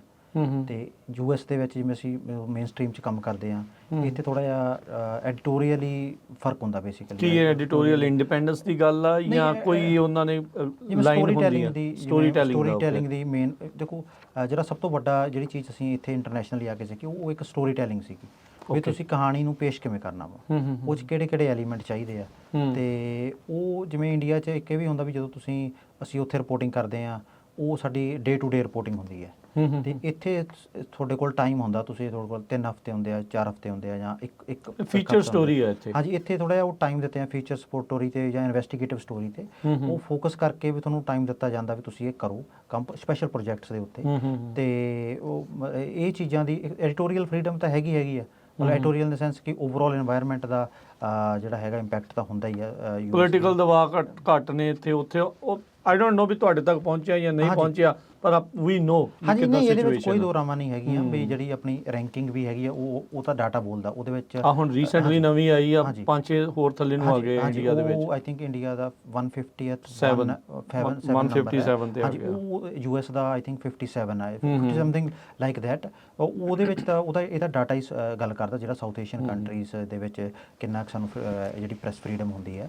ਤੇ ਬਟ ਮੈਨੂੰ ਜਿਹੜਾ ਇੰਪੋਰਟੈਂਟ ਜਿਹੜਾ ਪੁਆਇੰਟ ਇੱਥੇ ਆ ਕੇ ਜਿਹੜਾ ਮੈਂ ਸਿੱਖਿਆ ਉਹ ਇਹੀ ਸੀ ਸਟੋਰੀ ਟੈਲਿੰਗ, ਕਿ ਆਪਦੀ ਕਹਾਣੀ ਨੂੰ ਉਹਨਾਂ ਲੋਕਾਂ ਤੱਕ ਦੱਸਣਾ ਕਿਵੇਂ ਹੈਗਾ ਕਿ ਜਿਹੜੇ ਲੋਕ ਤੁਹਾਡੇ ਬਾਰੇ ਨਹੀਂ ਜਾਣਦੇ, ਉਹਨੂੰ ਸਿੰਪਲੀਫਾਈ ਕਰਕੇ ਦੱਸਣਾ, ਉਹਨਾਂ ਨੂੰ ਸਮਝਾਉਣੀਆਂ ਚੀਜ਼ਾਂ ਵੀ ਜੇ ਇੱਕ 10 ਸਾਲ ਦਾ ਬੱਚਾ ਤੁਹਾਡੀ ਸਟੋਰੀ ਪੜ੍ਹ ਰਿਹਾ ਵਾ ਤਾਂ ਉਹ ਕਿਵੇਂ ਉਸ ਚੀਜ਼ ਨੂੰ ਸਮਝੇ। ਤਾਂ ਇਹ ਚੀਜ਼ ਮੈਨੂੰ ਬਹੁਤ ਇੱਥੇ ਇੰਪੋਰਟੈਂਟ ਲੱਗੀ ਤੇ ਇੱਥੇ ਮੈਂ ਆ ਕੇ ਸਿੱਖੀ ਯੂਐਸ ਦੇ ਵਿੱਚ। ਅੱਛਾ ਗਗਨ, ਥੋੜੀ ਜਿਹੀ ਇਸੇ ਚੀਜ਼ ਦੇ ਉੱਤੇ ਗੱਲ ਕਰ ਲੈਂਦੇ ਆ, ਜਿਹੜੀ ਪ੍ਰੈਸ ਦੀ ਫਰੀडम ਨੂੰ ਜਿਹੜਾ ਉਹ ਲੈ ਕੇ ਆ। ਤੁਸੀਂ ਹੁਣ ਉੱਥੇ ਵੀ ਕਈ ਸਾਲ ਕੰਮ ਕੀਤਾ, ਹੁਣ ਜਿੱਦਾਂ ਦਿਨ ਬ ਦਿਨ ਉੱਥੇ ਐਵਰੀ ਈਅਰ ਉਹ ਰੇਟਿੰਗ ਦੇ ਵਿੱਚ ਰੈਂਕਿੰਗ ਦੇ ਵਿੱਚ ਥੱਲੇ ਨੂੰ ਜਿਹੜਾ ਉਹ ਜਾ ਰਹੇ ਆ। ਆਪਾਂ ਉੱਥੇ ਬਾਰ-ਬਾਰ ਦੇਖ ਰਹੇ ਆ ਵੀ ਚੈਨਲ ਬਲੌਕ, ਕੋਈ ਚੀਜ਼ਾਂ ਜਿਹੜੀਆਂ ਸਪੈਸੀਫਿਕਲੀ ਬਲੌਕ ਜਿਹੜੀਆਂ ਹੋ ਰਹੀਆਂ। ਇਹੋ ਜਿਹੇ ਮਾਹੌਲ ਦੇ ਵਿੱਚ ਉੱਥੇ ਜਿਹੜਾ ਇੱਕ ਜਰਨਲਿਸਟ ਹੁੰਦਾ ਹੈ ਉਹਦੇ ਲਈ ਕਿੰਨਾ ਕਹਿ ਲਓ ਵੀ ਇਹ ਕੰਮ ਔਖਾ ਹੋ ਜਾਂਦਾ ਹੈ? ਦੇਖੋ ਜਿਹੜਾ ਮੇਰਾ ਪ੍ਰੋਫੈਸ਼ਨਲ ਐਕਸਪੀਰੀਅੰਸ ਹੈਗਾ ਵਾ ਉਹ ਥੋੜ੍ਹਾ ਜਿਹਾ ਮੇਰਾ ਥੋੜ੍ਹਾ ਡਿਫਰੈਂਟ ਹੈਗਾ ਵਾ। ਦੇਖੋ ਜਰਨਲਿਸਟ ਦੇ ਉੱਤੇ ਜਿਹੜੇ ਜਿਵੇਂ ਤੁਸੀਂ ਜਿਹੜੀ ਗੱਲ ਕਰ ਰਹੇ ਹੋ ਪ੍ਰੈਸ਼ਰ ਦੀ, ਜਾਂ ਉਹ ਹਰ ਤਰ੍ਹਾਂ ਦਾ ਪ੍ਰੈਸ਼ਰ ਰਹਿੰਦਾ ਹੀ ਹੈ, ਚਾਹੇ ਤੁਸੀਂ ਕੋਈ ਵੀ ਸਟੋਰੀ ਕਰ ਰਹੇ ਹੋ ਤੇ ਉਹ ਕਿਉਂਕਿ ਉਹਦੀ ਆਊਟਕਮ ਕੀ ਹੋਣੀ ਹੈ ਉਹ ਜਰਨਲਿਸਟ ਦੇ ਹੱਥ ਨਹੀਂ ਹੁੰਦਾ। ਬਿਕੋਜ਼ ਤੁਸੀਂ ਕੁਝ ਵੀ ਲਿਖਦੇ ਹੋ ਉਹ ਕਿਸੇ ਬਾਰੇ ਲਿਖਦੇ ਹੋ ਉਹਦੀ ਆਊਟਕਮ ਆਉਣੀ ਹੈ। ਇਹ ਸਪੈਸ਼ਲੀ ਜਦੋਂ ਤੁਸੀਂ ਪ੍ਰਿੰਟ ਮੀਡੀਆ 'ਚ ਕੰਮ ਕਰਦੇ ਹੋ ਵੀ ਇਟਸ ਲਾਈਕ ਉਹਨੂੰ ਆਪਾਂ ਕਿਵੇਂ ਕਹਿ ਸਕਦੇ ਹਾਂ ਵੀ ਉਹਦਾ ਰੈਪਰੀਕਸ਼ਨਸ ਕੁਝ ਵੀ ਹੋ ਸਕਦੇ ਆ। ਚਾਹੇ ਉਹ ਤੁਸੀਂ ਕਿਸੇ ਬਾਰੇ ਭਾਵੇਂ ਤੁਸੀਂ ਛੋਟੀ ਸਟੋਰੀ ਕਰ ਰਹੇ ਹੋ ਚਾਹੇ ਤੁਸੀਂ ਵੱਡੀ ਸਟੋਰੀ ਕਰ ਰਹੇ ਹੋ, ਯੂ ਨੈਵਰ ਨੋ ਵੀ ਅਗਲੇ ਨੇ ਕਿੱਦਾਂ ਲੈਣੀ ਉਹ ਗੱਲ। ਅਗਲੇ ਨੇ ਮਤਲਬ ਕਿਸੇ ਦੀ ਕੋਈ ਕਿਵੇਂ ਉਹ ਸਟੋਰੀ ਨੂੰ ਲੈਂਦਾ, ਅਲਟੀਮੇਟਲੀ ਤੁਸੀਂ ਕਿਸੇ ਨੂੰ ਐਕਸਪੋਜ਼ ਕਰ ਰਹੇ ਹੋ। ਐਗਜ਼ੈਕਟਲੀ ਉਹਦੇ ਉੱਤੇ ਮਤਲਬ ਉਹਦੀਆਂ ਰਿਪਰਕਸ਼ਨਸ ਕੀ ਹੋ ਸਕਦੇ ਉਹ ਤੁਹਾਡੇ ਹੱਥ 'ਚ ਨਹੀਂ ਹੁੰਦਾ। ਬਟ ਜਿਵੇਂ ਮੈਂ ਇੱਥੇ ਸਾਡੇ ਜਿਹੜੇ ਜਰਨਲਿਜ਼ਮ ਸਕੂਲ ਦੇ ਡੀਨ ਨੇ ਉਹਨਾਂ ਨੇ ਰੀਸੈਂਟਲੀ ਇੱਕ ਆਈ ਸੀ, ਉਹਨਾਂ ਨੇ ਕਿਹਾ ਸੀ ਵੀ ਜੇ ਤੁਸੀਂ ਆਪਣੇ ਲਈ ਲਿਖਣਾ ਵਾ ਤਾਂ ਤੁਸੀਂ ਆਪਣੀ ਡਾਇਰੀ 'ਚ ਲਿਖੋ, ਜਰਨਲ ਲਿਖ ਲਓ ਆਪਣਾ। ਹਾਂਜੀ, ਪਰ ਜੇ ਤੁਸੀਂ ਲੋਕਾਂ ਬਾਰੇ ਲਿਖਣਾ, ਜੇ ਦੁਨੀਆ ਬਾਰੇ ਲਿਖਣਾ ਤਾਂ ਫਿਰ ਤੁਹਾਨੂੰ you should be open for all kind of repercussions. ਤੇ ਮੈਂ ਉਸ ਚੀਜ਼ ਨੂੰ ਫੋਲੋ ਕਰਦਾ ਆਪਣਾ ਜਿੱਥੇ ਵੀ ਮੈਂ ਕੰਮ ਕੀਤਾ ਵਾ, ਮੈਂ ਆਪਦੇ ਵੱਲੋਂ ਇਮਾਨਦਾਰੀ ਨਾਲ ਤੇ ਇੰਪਾਰਸ਼ੀਅਲ ਹੋ ਕੇ ਆਪਣੀ ਕੰਮ ਕੀਤਾ ਵਾ।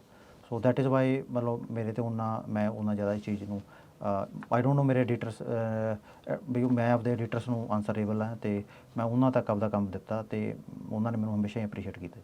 ਤੁਹਾਡੀਆਂ ਸਟੋਰੀਆਂ ਕਿਉਂਕਿ ਅਕਸਰ ਇਹ ਚੀਜ਼ਾਂ ਆਉਂਦੀਆਂ ਰਹਿੰਦੀਆਂ ਵੀ ਉਹ ਉੱਥੇ ਉਹ ਲੋਕਾਂ ਦੇ ਹਿਸਾਬ ਦੇ ਨਾਲ ਜਾਂ ਦਬਾਅ ਦੇ ਹਿਸਾਬ ਦੇ ਨਾਲ ਸਟੋਰੀ ਚੇਂਜ ਵੀ ਹੋ ਜਾਂਦੀ। ਤੁਸੀਂ ਆਪਣੀਆਂ ਸਟੋਰੀਆਂ ਚੇਂਜ ਹੁੰਦੀਆਂ ਦੇਖੀਆਂ ਕਦੀ? ਨਹੀਂ ਜੀ, ਮੈਂ ਦੇਖੋ ਹੁਣ ਕੀ ਹੋ ਰਿਹਾ ਪਿਛਲੇ 2-3 ਸਾਲ ਤੋਂ ਤੁਹਾਨੂੰ ਹੁਣ ਆਇਆ ਨੂੰ ਵੀ ਉੱਥੇ ਕੁਝ ਸਾਲ ਹੋ ਗਏ, ਮੈਂ ਉਹਦੇ ਬਾਰੇ ਤਾਂ ਨਹੀਂ ਕੋਈ ਗਾਰੰਟੀ ਲੈ ਸਕਦਾ। ਬਟ ਮੇਰੇ ਪ੍ਰੋਫੈਸ਼ਨਲ ਐਕਸਪੀਰੀਅੰਸ ਦੇ ਵਿੱਚ ਮੇਰੇ ਐਡੀਟਰਸ ਨੇ ਹਮੇਸ਼ਾ ਮੈਨੂੰ ਸਪੋਰਟ ਕੀਤੀ ਹੈ ਤੇ ਐਂਡ ਮੇਰੇ ਜਿਹੜੇ ਪਹਿਲਾਂ ਮੇਰੇ ਬਿਊਰੋ ਚੀਫ ਹੁੰਦੇ ਸੀਗੇ ਵਿਸ਼ਾਲ ਰੰਬਾਨੀ ਸਰ, ਉਦੋਂ ਬਾਅਦ ਰਮੇਸ਼ ਵਿਨਾਇਕ ਸਰ ਸੀ ਹਿੰਦੁਸਤਾਨ ਟਾਈਮਸ ਤੇ BBC ਦੇ ਵਿੱਚ ਵੀ ਮੇਰੇ ਐਡੀਟਰ ਪਹਿਲਾਂ ਅਤੁਲ ਸੰਗਰ ਸੀਗੇ, ਫਿਰ ਖੁਸ਼ਬੂ ਸੰਧੂ ਸੀਗੇ, ਤਾਂ ਹੋਰ ਵੀ ਜਿੰਨੇ ਵੀ ਮੇਰੇ ਐਡੀਟਰ ਜਿਹੜੇ BBC ਦੇ ਜਿਹੜੇ ਹੈਡ ਨੇ ਰੂਪਾ 'ਚ, ਉਹ ਮੈਨੂੰ ਇੱਦਾਂ ਦੀ ਪ੍ਰੋਬਲਮ ਨਹੀਂ ਆਈ। ਹਾਂਜੀ, ਵੀ ਐਵੇਂ ਮੈਂ ਕਹਾਂ ਵੀ ਮੈਨੂੰ ਇਹ ਪ੍ਰੋਬਲਮ ਆਈ, ਉਹ ਇੱਕ ਮਤਲਬ ਇੱਕ ਆਪਣੇ ਕੰਮ ਕੀਤੇ ਹੋਏ ਕੰਮ ਨਾਲ ਧੋਖਾ ਹੋਊਗਾ ਕਹਿਣਾ। ਤੇ ਐਂਡ ਦੂਜੀ ਗੱਲ ਵੀ ਜੋ ਤੁਸੀਂ ਇੱਕ ਆਪਣਾ ਜਰਨਲਿਸਟ ਦਾ ਕੰਮ ਆ ਵੀ ਇੰਪਾਰਸ਼ੀਅਲ ਹੋ ਕੇ ਰਿਪੋਰਟਿੰਗ ਕਰਨਾ। ਕਈ ਵਾਰ ਕੀ ਹੁੰਦਾ ਕਿ ਕਈ ਵਾਰ ਮੈਂ ਕੁਝ ਸੋਚ ਰਿਹਾ ਹੁੰਦਾ ਵਾ ਬਟ ਐਡੀਟਰ ਨੇ ਕਈ ਚੀਜ਼ਾਂ ਦੇਖਣੀਆਂ ਹੁੰਦੀਆਂ ਨੇ, ਉਹ ਕਈ ਵਾਰ ਮੈਂ ਵੀ ਗਲਤ ਹੋ ਸਕਦਾ ਵਾਂ। ਇਹ ਉਹ ਗੱਲ ਨਹੀਂ ਹੈ ਵੀ ਰਿਪੋਰਟਰ ਹੀ ਹਮੇਸ਼ਾ ਸਹੀ ਹੋਵੇ। ਤੇ ਮੈਂ ਆਪਣਾ ਐਕਸਪੀਰੀਅੰਸ ਇਹ ਦੱਸ ਸਕਦਾ ਜੀ। ਤੁਹਾਡੇ ਉਸ ਜਦੋਂ ਤੁਸੀਂ ਉੱਥੇ ਕਰਦੇ ਸੀਗੇ ਸਟੋਰੀਜ਼, ਤੁਹਾਡੀ ਆਪਣੀ ਜਿਹੜੀ favourite I don't know favourite ਸ਼ਬਦ ਇੱਥੇ ਠੀਕ ਆ ਜਾਂ ਨਹੀਂ ਆ, ਜਾਂ ਇੰਪੈਕਟਫੁਲ ਸਟੋਰੀ ਤੁਹਾਨੂੰ ਜਿਹੜੀ ਉਹ ਸਭ ਤੋਂ ਜਿਹੜੀ ਕਿਹੜੀ ਲੱਗੀ ਸੀ? ਇੰਪੈਕਟਫੁਲ ਸਟੋਰੀਆਂ ਤਾਂ ਜਦੋਂ ਖਾਸ ਕਰਕੇ ਜਦੋਂ ਤੁਸੀਂ ਇੰਗਲਿਸ਼ ਮੀਡੀਆ 'ਚ ਕੰਮ ਕਰਦੇ ਹੋ ਉਦੋਂ ਤੁਹਾਡੇ ਕੋਲ ਕਾਫੀ ਪਾਵਰ ਹੁੰਦੀ ਹੈ, ਸਪੈਸ਼ਲੀ ਇੰਪੈਕਟਫੁਲ ਜਰਨਲਿਜ਼ਮ ਕਰਨ ਦੀ, ਕਿਉਂਕਿ ਇੰਗਲਿਸ਼ ਮੀਡੀਆ ਦਾ ਇੰਪੈਕਟ ਬਹੁਤ ਜ਼ਿਆਦਾ ਹੁੰਦਾ ਵਾ। ਅਗੇਨ ਮਤਲਬ ਆਮ ਨੋਟ ਵੀ ਹੁਣ ਉਹਦਾ ਕੀ ਇੰਪੈਕਟ ਹੈਗਾ, ਆਈ ਥਿੰਕ ਉਹ ਉਨਾ ਹੀ ਹੋਊਗਾ। ਤੇ ਬਟ ਜਦੋਂ ਸਪੈਸ਼ਲੀ ਕਿਉਂਕਿ ਜਦੋਂ ਪਹਿਲਾਂ ਜਿਹੜੇ ਚੀਫ ਮਿਨਿਸਟਰ ਹੁੰਦੇ ਆ, ਕੋਈ ਚੀਫ ਮਿਨਿਸਟਰ ਹੁੰਦੇ ਆ, ਬਿਊਰੋਕ੍ਰੇਸੀ ਹੁੰਦੀ ਆ, ਉਹਨਾਂ ਨੇ ਪਹਿਲੀ ਉਹਨਾਂ ਦੀ ਪਸੰਦ ਇੰਗਲਿਸ਼ ਨਿਊਜ਼ਪੇਪਰ ਹੀ ਹੁੰਦੇ ਆ ਕਿ ਵੀ ਉਹ ਕੀ ਲਿਖ ਰਹੇ ਨੇ। ਤੇ ਆਪਣਾ ਫਿਰ ਜਿਹੜੇ ਉਹਨਾਂ ਨੂੰ ਜ਼ਿਆਦਾ ਤਵੱਜੋ ਮਿਲਦੀ ਹੈ। ਹਾਂਜੀ, ਇਹਦੇ ਵਿੱਚ ਇਹ ਨੋਨ ਫੈਕਟ ਆ। ਇਹ ਨੋਨ ਫੈਕਟ ਆ। ਈਵਨ ਉਹਨਾਂ ਦੇ ਰਿਪੋਰਟਰਸ ਜਿਹੜੇ ਇੰਗਲਿਸ਼ ਨਿਊਜ਼ਪੇਪਰ, ਉਹਨਾਂ ਕੋਲ ਐਕਸੈਸ ਵੀ ਬਹੁਤ ਜ਼ਿਆਦਾ ਹੁੰਦਾ ਵਾ ਇਨ ਟਰਮਸ ਆਫ ਨਿਊਜ਼ ਵੈਲਿਊਜ਼ ਦੇ ਵਿੱਚ। ਤੇ ਕੋਈ ਇੰਡੀਵਿਜੂਅਲ ਜਿਵੇਂ ਆਪਣਾ ਜਿਵੇਂ ਪੰਜਾਬੀ ਟ੍ਰਿਬਿਊਨ ਦੇ ਰਿਪੋਰਟਰਸ, ਮਤਲਬ ਰਿਪੋਰਟਰ ਤੇ ਰਿਪੋਰਟਰ ਵੀ ਵੈਰੀ ਕਰਦਾ ਵਾ। ਪੰਜਾਬੀ ਟ੍ਰਿਬਿਊਨ ਦੇ ਰਿਪੋਰਟਰਸ ਨੇ ਵੀ ਬਹੁਤ ਵਧੀਆ ਪਹਿਲਾਂ ਜਿਹੜੇ ਹੈਗੇ ਆ, ਅਸੀਂ ਉਹਨਾਂ ਤੋਂ ਵੀ ਸਟੋਰੀਆਂ ਦੇਖੀਆਂ ਸੀਗੀਆਂ। ਤੇ ਬਟ ਇੰਗਲਿਸ਼ ਨਿਊਜ਼ਪੇਪਰਸ ਦਾ ਜਨਰਲੀ ਐਕਸੈਸ ਬਹੁਤ ਜ਼ਿਆਦਾ ਹੁੰਦਾ ਵਾ, ਤੇ ਉਹਨਾਂ ਨੂੰ ਕਾਫੀ ਤਵੱਜੋ ਮਿਲਦੀ ਹੈ, ਇਹਦੇ ਵਿੱਚ ਕੋਈ ਦੁਰਾਮਾ ਨਹੀਂ ਹੈਗੀਆਂ। ਤੇ ਮੈਨੂੰ ਇੱਕ ਜਿਹੜੀ ਸਭ ਤੋਂ ਮੇਰੀ ਉਹ ਪਹਿਲੀ ਸਟੋਰੀ ਸੀ ਜਦੋਂ ਮੈਂ ਫਰੀਦਕੋਟ ਗਿਆ ਸੀਗਾ, ਉਹ ਇੱਕ ਬਹੁਤ ਇੰਪੈਕਟਫੁਲ ਸਟੋਰੀ ਸੀ ਕਿ ਉਦੋਂ ਇੰਡੀਆ ਦੇ ਵਿੱਚ ਵੈਟ ਤੋਂ ਚੇਂਜ ਹੋ ਕੇ ਆਪਣਾ ਜਿਹੜਾ GST ਇੱਕ ਲਾਗੂ ਹੋਇਆ ਸੀਗਾ। ਅੱਛਾ। ਤੇ ਮੈਂ ਉੱਥੇ, ਮੈਨੂੰ ਕਿਸੇ ਨੇ ਦੱਸਿਆ ਵੀ ਫਰੀਦਕੋਟ ਦੇ ਵਿੱਚ ਨਾ ਹੁਣ ਤਾਂ ਚਲੋ ਕਾਫੀ ਫੈਸਿਲਿਟੀਜ਼, ਅੱਜ ਤੋਂ 10 ਸਾਲ ਪਹਿਲਾਂ ਫਰੀਦਕੋਟ ਦੇ ਵਿੱਚ ਕੈਂਸਰ ਕੇਅਰ, ਮਾਲਵੇ ਦੀ ਸਭ ਤੋਂ ਵੱਡੀ ਕੈਂਸਰ ਕੇਅਰ ਜਿਹੜੀ ਸਰਕਾਰੀ ਸੀਗੀ, ਉਹ ਫਰੀਦਕੋਟ ਦੇ ਵਿੱਚ ਸਿਚੁਏਟਡ ਹੈ, ਗੁਰੂ ਗੋਬਿੰਦ ਸਿੰਘ ਮੈਡੀਕਲ ਕਾਲਜ ਦੇ ਵਿੱਚ। ਠੀਕ ਹੈ। ਉੱਥੇ ਕੀ ਸੀਗਾ ਵੀ ਉੱਥੇ ਨਾ ਜਿਹੜੀਆਂ ਦਵਾਈਆਂ, ਤੁਹਾਨੂੰ ਪਤਾ ਵੀ ਉੱਥੇ ਕੁਝ ਦਵਾਈਆਂ ਫ੍ਰੀ ਦਿੱਤੀਆਂ ਜਾਂਦੀਆਂ ਜਾਂ ਸਸਤੇ ਰੇਟਾਂ 'ਤੇ ਦਿੱਤੀਆਂ ਜਾਂਦੀਆਂ ਕੈਂਸਰ ਪੇਸ਼ੈਂਟਸ ਨੂੰ। ਤੇ ਉਹਨਾਂ ਨੇ ਕੀ ਕੀਤਾ ਕਿ ਉਹ ਕੈਂਸਰ ਪੇਸ਼ੈਂਟਸ ਨੂੰ ਜਿਹੜੀਆਂ ਹੈਗੀਆਂ ਨੇ ਉਹ ਦਵਾਈਆਂ, ਉਹਨਾਂ 'ਚ ਕਨਫਿਊਜ਼ਨ ਆ ਗਈ ਕਿ ਜਿਹੜੀਆਂ ਦਵਾਈਆਂ ਅਸੀਂ ਵੈਟ 'ਤੇ ਖਰੀਦੀਆਂ ਉਹ ਵੈਟ ਤੇ ਕਿਵੇਂ ਦਈਏ, ਕਿਉਂਕਿ ਵੈਟ ਖਤਮ ਹੋ ਗਿਆ ਸੀਗਾ, GST ਤੇ ਉਹ ਦੇ ਨਹੀਂ ਸਕਦੇ ਸੀਗੇ। ਇੱਕ ਕਲੈਰੀਕਲ ਐਰਰ ਸੀਗੀ, ਬਟ ਉਹ 2 ਮਹੀਨੇ ਤੋਂ ਕੰਮ ਰੁਕਿਆ ਹੋਇਆ ਸੀਗਾ, ਜਿਹਦੇ ਕਰਕੇ ਦਵਾਈਆਂ ਦੇਣ 'ਚ ਪ੍ਰੋਬਲਮ ਆ ਰਹੀ ਸੀ। ਹਾਂਜੀ, ਕਿਉਂਕਿ ਉਹਨਾਂ ਨੂੰ ਗਾਈਡਲਾਈਨਸ ਨਹੀਂ ਸੀਗੀਆਂ, ਜਿਵੇਂ ਆਪਾਂ ਦੇਖਦੇ ਹਾਂ ਵੀ ਸਰਕਾਰੀ ਕੰਮ ਦੇ ਵਿੱਚ ਗਾਈਡਲਾਈਨਸ ਦੇ ਮੁਤਾਬਕ ਹੀ ਚੱਲਣਾ ਹੁੰਦਾ ਵਾ। ਬਿਲਕੁਲ। ਤੇ ਉਹ ਡਾਕਟਰਸ ਨੇ ਵੀ ਕਈ ਵਾਰ ਉਹਨਾਂ ਨੂੰ ਲਿਖ ਕੇ ਵੈਸੇ ਵੀ ਸਾਨੂੰ ਦੱਸੋ ਤਾਂ ਸਹੀ, ਬਿਕੋਜ਼ ਪੇਸ਼ੈਂਟ ਕੀ ਕਰ ਰਹੇ ਸੀਗੇ, ਪੇਸ਼ੈਂਟ ਬਾਹਰੋਂ ਜਿਹੜੀ ਦਵਾਈ 1000 ਜਾਂ 2000 ਦੀ, ਬਾਹਰੋਂ 10-10 ਹਜ਼ਾਰ ਦੀ ਉਹਨਾਂ ਨੂੰ ਲੈਣੀ ਪੈ ਰਹੀ ਸੀ। ਤੇ ਮੈਂ ਅੱਜ ਵੀ ਮੈਨੂੰ ਯਾਦ ਆ ਕਿ ਅਸੀਂ ਉਹ ਸਟੋਰੀ ਕੀਤੀ ਕਿ cancer care falls victim due to GST confusion. ਤੇ ਉਸ ਸਟੋਰੀ ਲੱਗਣ ਤੋਂ ਇਮੀਡੀਏਟ ਬਾਅਦ ਫਿਰ ਉਹ ਜਿਹੜਾ ਹੈਗਾ ਵੈਟ GST ਵਾਲਾ, ਹਾਂਜੀ, ਫਿਰ ਉਹ ਇਮੀਡੀਏਟਲੀ ਉਹਨਾਂ ਨੇ ਐਕਸ਼ਨ ਲੈ ਕੇ ਉਹਨਾਂ ਨੂੰ ਗਾਈਡਲਾਈਨਸ ਦਿੱਤੀਆਂ। ਇਹ ਜਿਹੜਾ ਫਿਰ ਐਕਸ਼ਨ ਆ, ਇਹ ਪੰਜਾਬ ਦੀ ਸਰਕਾਰ ਨੇ ਕੀਤਾ। ਹਾਂਜੀ, ਉਦੋਂ ਕਿਹਦੀ ਸਰਕਾਰ ਸੀ? ਆਈ ਥਿੰਕ ਉਦੋਂ ਕੈਪਟਨ ਅਮਰਿੰਦਰ ਸਿੰਘ ਉਹਨਾਂ ਦੀ ਸਰਕਾਰ ਸੀਗੀ। ਤੇ I think with in next day ਤਾਂ ਉਹ ਇੰਸਟਰਕਸ਼ਨਸ ਇਸ਼ੂ ਹੋ ਗਈਆਂ ਤੇ ਉਹਨਾਂ ਨੂੰ ਦਵਾਈਆਂ ਮਿਲਣੀਆਂ ਸ਼ੁਰੂ ਹੋ ਗਈਆਂ। ਤੇ ਫਿਰ ਉਹ GST ਤੇ ਮਿਲੀਆਂ ਕਿ ਵੈਟ ਤੇ ਮਿਲੀਆਂ? ਆਈ ਥਿੰਕ ਉਹ GST, ਉਹਨਾਂ ਨੇ ਕਿਹਾ ਵੀ ਇਹਨਾਂ ਨੂੰ ਤੁਸੀਂ ਅਸੀਂ ਬਾਅਦ ਚੋਂ ਡਿਸਾਈਡ ਕਰਾਂਗੇ, ਦਿਸ ਵਾਟ ਪਹਿਲਾਂ ਵੰਡ ਦਿਓ ਵੀ ਤੁਸੀਂ ਸਟਾਰਟ ਕਰੋ ਇਹ ਆਪਣਾ। ਉਹਨਾਂ ਨੇ ਕਾਫੀ ਸਟ੍ਰਿਕਟ ਸਟੈਂਡ ਲਿਆ ਸੀਗਾ। ਤੇ ਉਹ ਇਦਾਂ ਦੀਆਂ ਸਟੋਰੀਆਂ ਵੀ ਜਦੋਂ ਤੁਸੀਂ ਲੋਕਾਂ ਦੀਆਂ ਪ੍ਰੋਬਲਮ ਸੋਲਵ ਹੋ ਜਾਂਦੀਆਂ ਤੁਹਾਡੇ ਲਿਖਣ ਦੇ ਕਰਕੇ, ਜਾਂ ਤੁਸੀਂ ਇੱਕ ਨਵੀਂ ਕਹਾਣੀ ਲੈ ਕੇ ਆਉਂਦੇ ਹੋ ਸਾਹਮਣੇ, ਤੇ ਉਹ ਚੀਜ਼ ਦਾ ਬਹੁਤ ਇੱਕ ਰਿਪੋਰਟਰ ਨੂੰ ਉਹਦੀ ਰਿਪੋਰਟਿੰਗ ਕਰਕੇ ਇੱਕ ਸੈਟਿਸਫੈਕਸ਼ਨ ਮਿਲਦੀ ਹੈ ਕੰਮ ਦੀ। ਤੇ ਇੱਦਾਂ ਮਤਲਬ ਹੋਰ ਵੀ ਅਸੀਂ ਸਟੋਰੀਆਂ ਮੈਂ ਆਪਦੀਆਂ ਪਿਛਲੇ 8-9 ਸਾਲ 'ਚ ਕੀਤੀਆਂ। ਤੇ ਇਹ ਸਟੋਰੀ ਮੈਨੂੰ ਕਾਫੀ ਮੇਰੇ ਕਲੋਜ਼ ਆ ਕਿ ਜਿੱਥੇ ਤੁਸੀਂ ਇੱਕ ਲੋਕਾਂ ਦੀ ਜਿਹੜੀ ਪ੍ਰੋਬਲਮ ਆ, ਬਿਕੋਜ਼ ਕੈਂਸਰ ਇੱਕ ਇੱਦਾਂ ਦੀ ਬਿਮਾਰੀ ਹੈ ਜਿਹਨੂੰ ਸਾਡੀ ਸੁਸਾਇਟੀ 'ਚ, ਦੇਖੋ ਕੈਂਸਰ ਕਿਸੇ ਨੂੰ ਵੀ ਹੋ ਸਕਦਾ, ਬਟ ਸਾਡੀ ਸੁਸਾਇਟੀ ਦੇ ਵਿੱਚ ਜੇ ਕਿਸੇ ਨੂੰ ਕੈਂਸਰ ਹੋ ਜੇ ਤਾਂ ਉਹਨੂੰ ਇੱਕ ਟੈਬੂ ਸਮਝਿਆ ਜਾਂਦਾ ਵਾ, ਜਾਂ ਉਹਨੂੰ ਅਨਟੱਚੇਬਲ ਵਿਚਾਰਾ ਸਮਝਿਆ ਜਾਂਦਾ, ਜਦ ਕਿ ਸਾਨੂੰ ਇਹ ਚੀਜ਼ ਅਮਰੀਕਨ ਸੁਸਾਇਟੀ ਤੋਂ ਸਿੱਖਣੀ ਚਾਹੀਦੀ ਹੈ ਵੀ ਇੱਥੇ ਬਿਮਾਰੀ ਕਿਸੇ ਨੂੰ ਵੀ ਹੋ ਸਕਦੀ ਹੈ, ਉਹ ਕਿਸੇ ਦੇ ਹੱਥ 'ਚ ਨਹੀਂ ਹੈਗੀ, ਤੇ ਉਹਨੂੰ ਸਾਨੂੰ ਆਪਣਾ ਸਪੋਰਟ ਕਰਨਾ ਚਾਹੀਦਾ ਵਾ। ਤੇ ਉਹਨੂੰ ਇੱਦਾਂ ਨਾ ਲੱਗੇ ਕਿ ਉਹ ਬਸ ਵੀ ਉਹ ਥੋੜ੍ਹੇ ਦਿਨਾਂ ਦਾ ਮੁਹਤਾਜ ਹੈ, ਤੇ ਉਹ ਸਾਨੂੰ ਐਜ਼ ਏ ਉਹਨੂੰ ਸਰਵਾਈਵਰ ਦੀ ਤਰ੍ਹਾਂ ਦੇਖਣਾ ਚਾਹੀਦਾ ਵਾ। It's just a bad luck between him and environment. ਤੇ ਇੱਦਾਂ ਦੀਆਂ ਕਾਫੀ ਸਟੋਰੀਆਂ ਅਸੀਂ ਕੋਈ ਵੀ ਰਿਪੋਰਟਰ ਜਦੋਂ ਕੰਮ ਕਰਦਾ ਫੀਲਡ ਦੇ ਵਿੱਚ ਉਹ ਮੌਕਾ ਮਿਲਦਾ ਵਾ ਜੀ। ਅੱਛਾ ਗਗਨਦੀਪ ਸਿੰਘ, ਇਹ ਦੱਸਿਓ ਕਿ ਹੁਣ ਜਿੱਦਾਂ ਜਦੋਂ ਆਪਾਂ ਆਪਣੇ ਉੱਥੇ ਕਿੱਤੇ 'ਚ ਹੁੰਦੇ ਹਾਂ, ਆਪਣੇ ਉਸ ਪੰਜਾਬ 'ਚ ਆ, ਤਾਂ ਤੁਹਾਡਾ ਦਾਇਰਾ ਇੱਕ ਵੱਡਾ ਹੁੰਦਾ, ਸਟੋਰੀਜ਼ ਕਈ ਤਰੀਕੇ ਦੀਆਂ ਜਿਹੜੀਆਂ ਉਹ ਤੁਹਾਨੂੰ ਕਰਨ ਦਾ ਮੌਕਾ ਮਿਲਦਾ।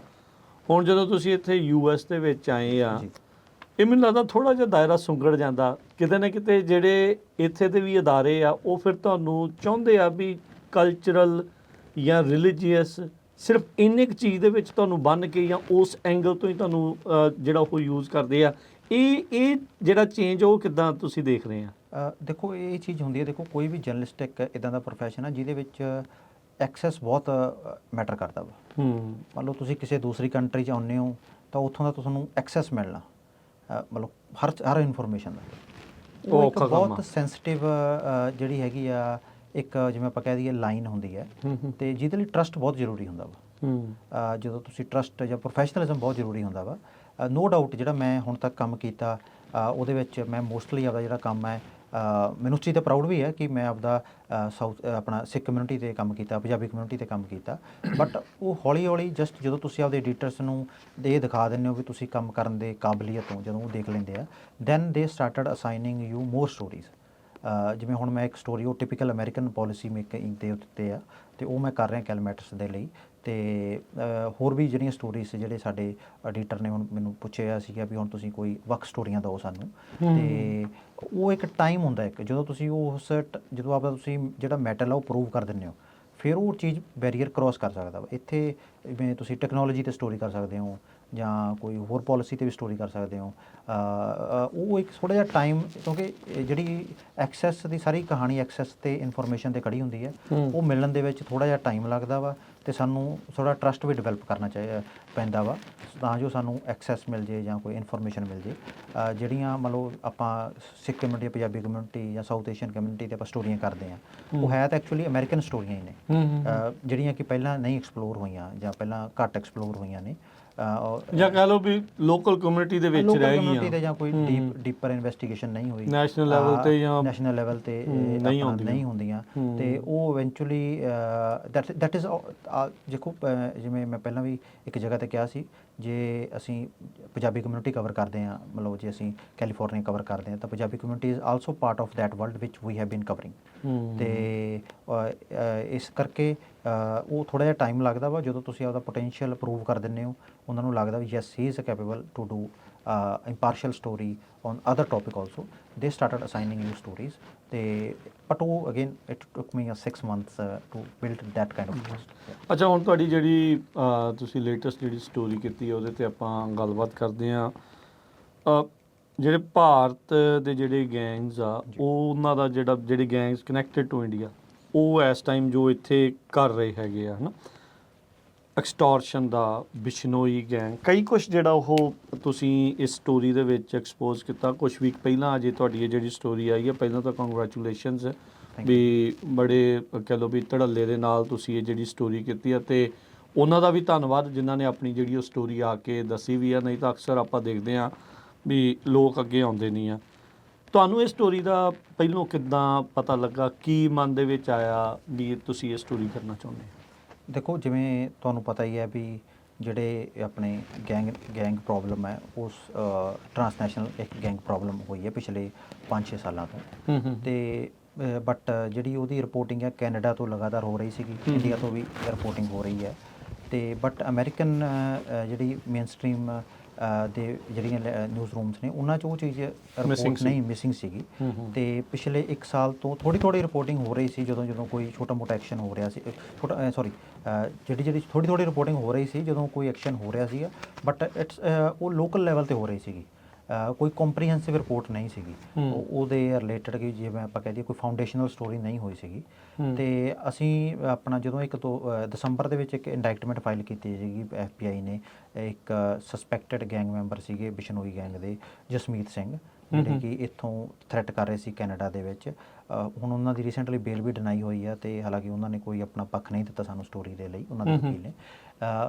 ਉਹ ਅਸੀਂ 1-2 ਹੋਰ ਵੀ ਜਿਹੜੇ ਪਿਛਲੇ ਇੰਸਟਾਂਸਿਸ ਹੋ ਰਹੇ ਸੀ, ਪਿਛਲੇ ਸਾਲ ਕਈ ਅਰੈਸਟਾਂ ਹੋਈਆਂ ਸੀਗੀਆਂ, ਅਤੇ ਉਹ ਸਾਰੇ ਨੂੰ ਕਰਕੇ ਅਸੀਂ ਇੱਕ ਸਟੋਰੀ ਆਈਡੀਆ ਡਿਵੈਲਪ ਕਰਨ ਦੀ ਅਸੀਂ ਜਨਵਰੀ 'ਚ ਸਟਾਰਟ ਕੀਤਾ ਸੀਗਾ, ਅਤੇ ਇਵੈਂਚੁਅਲੀ ਫਿਰ ਅਸੀਂ ਫੈਬਰਰੀ ਐਂਡ ਤੱਕ ਉਹ ਸਟੋਰੀ ਆਈਡੀਆ ਡਿਵੈਲਪ ਕਰਕੇ ਫਿਰ ਮਾਰਚ 'ਚ ਕੰਮ ਸ਼ੁਰੂ ਕੀਤਾ ਸੀਗਾ।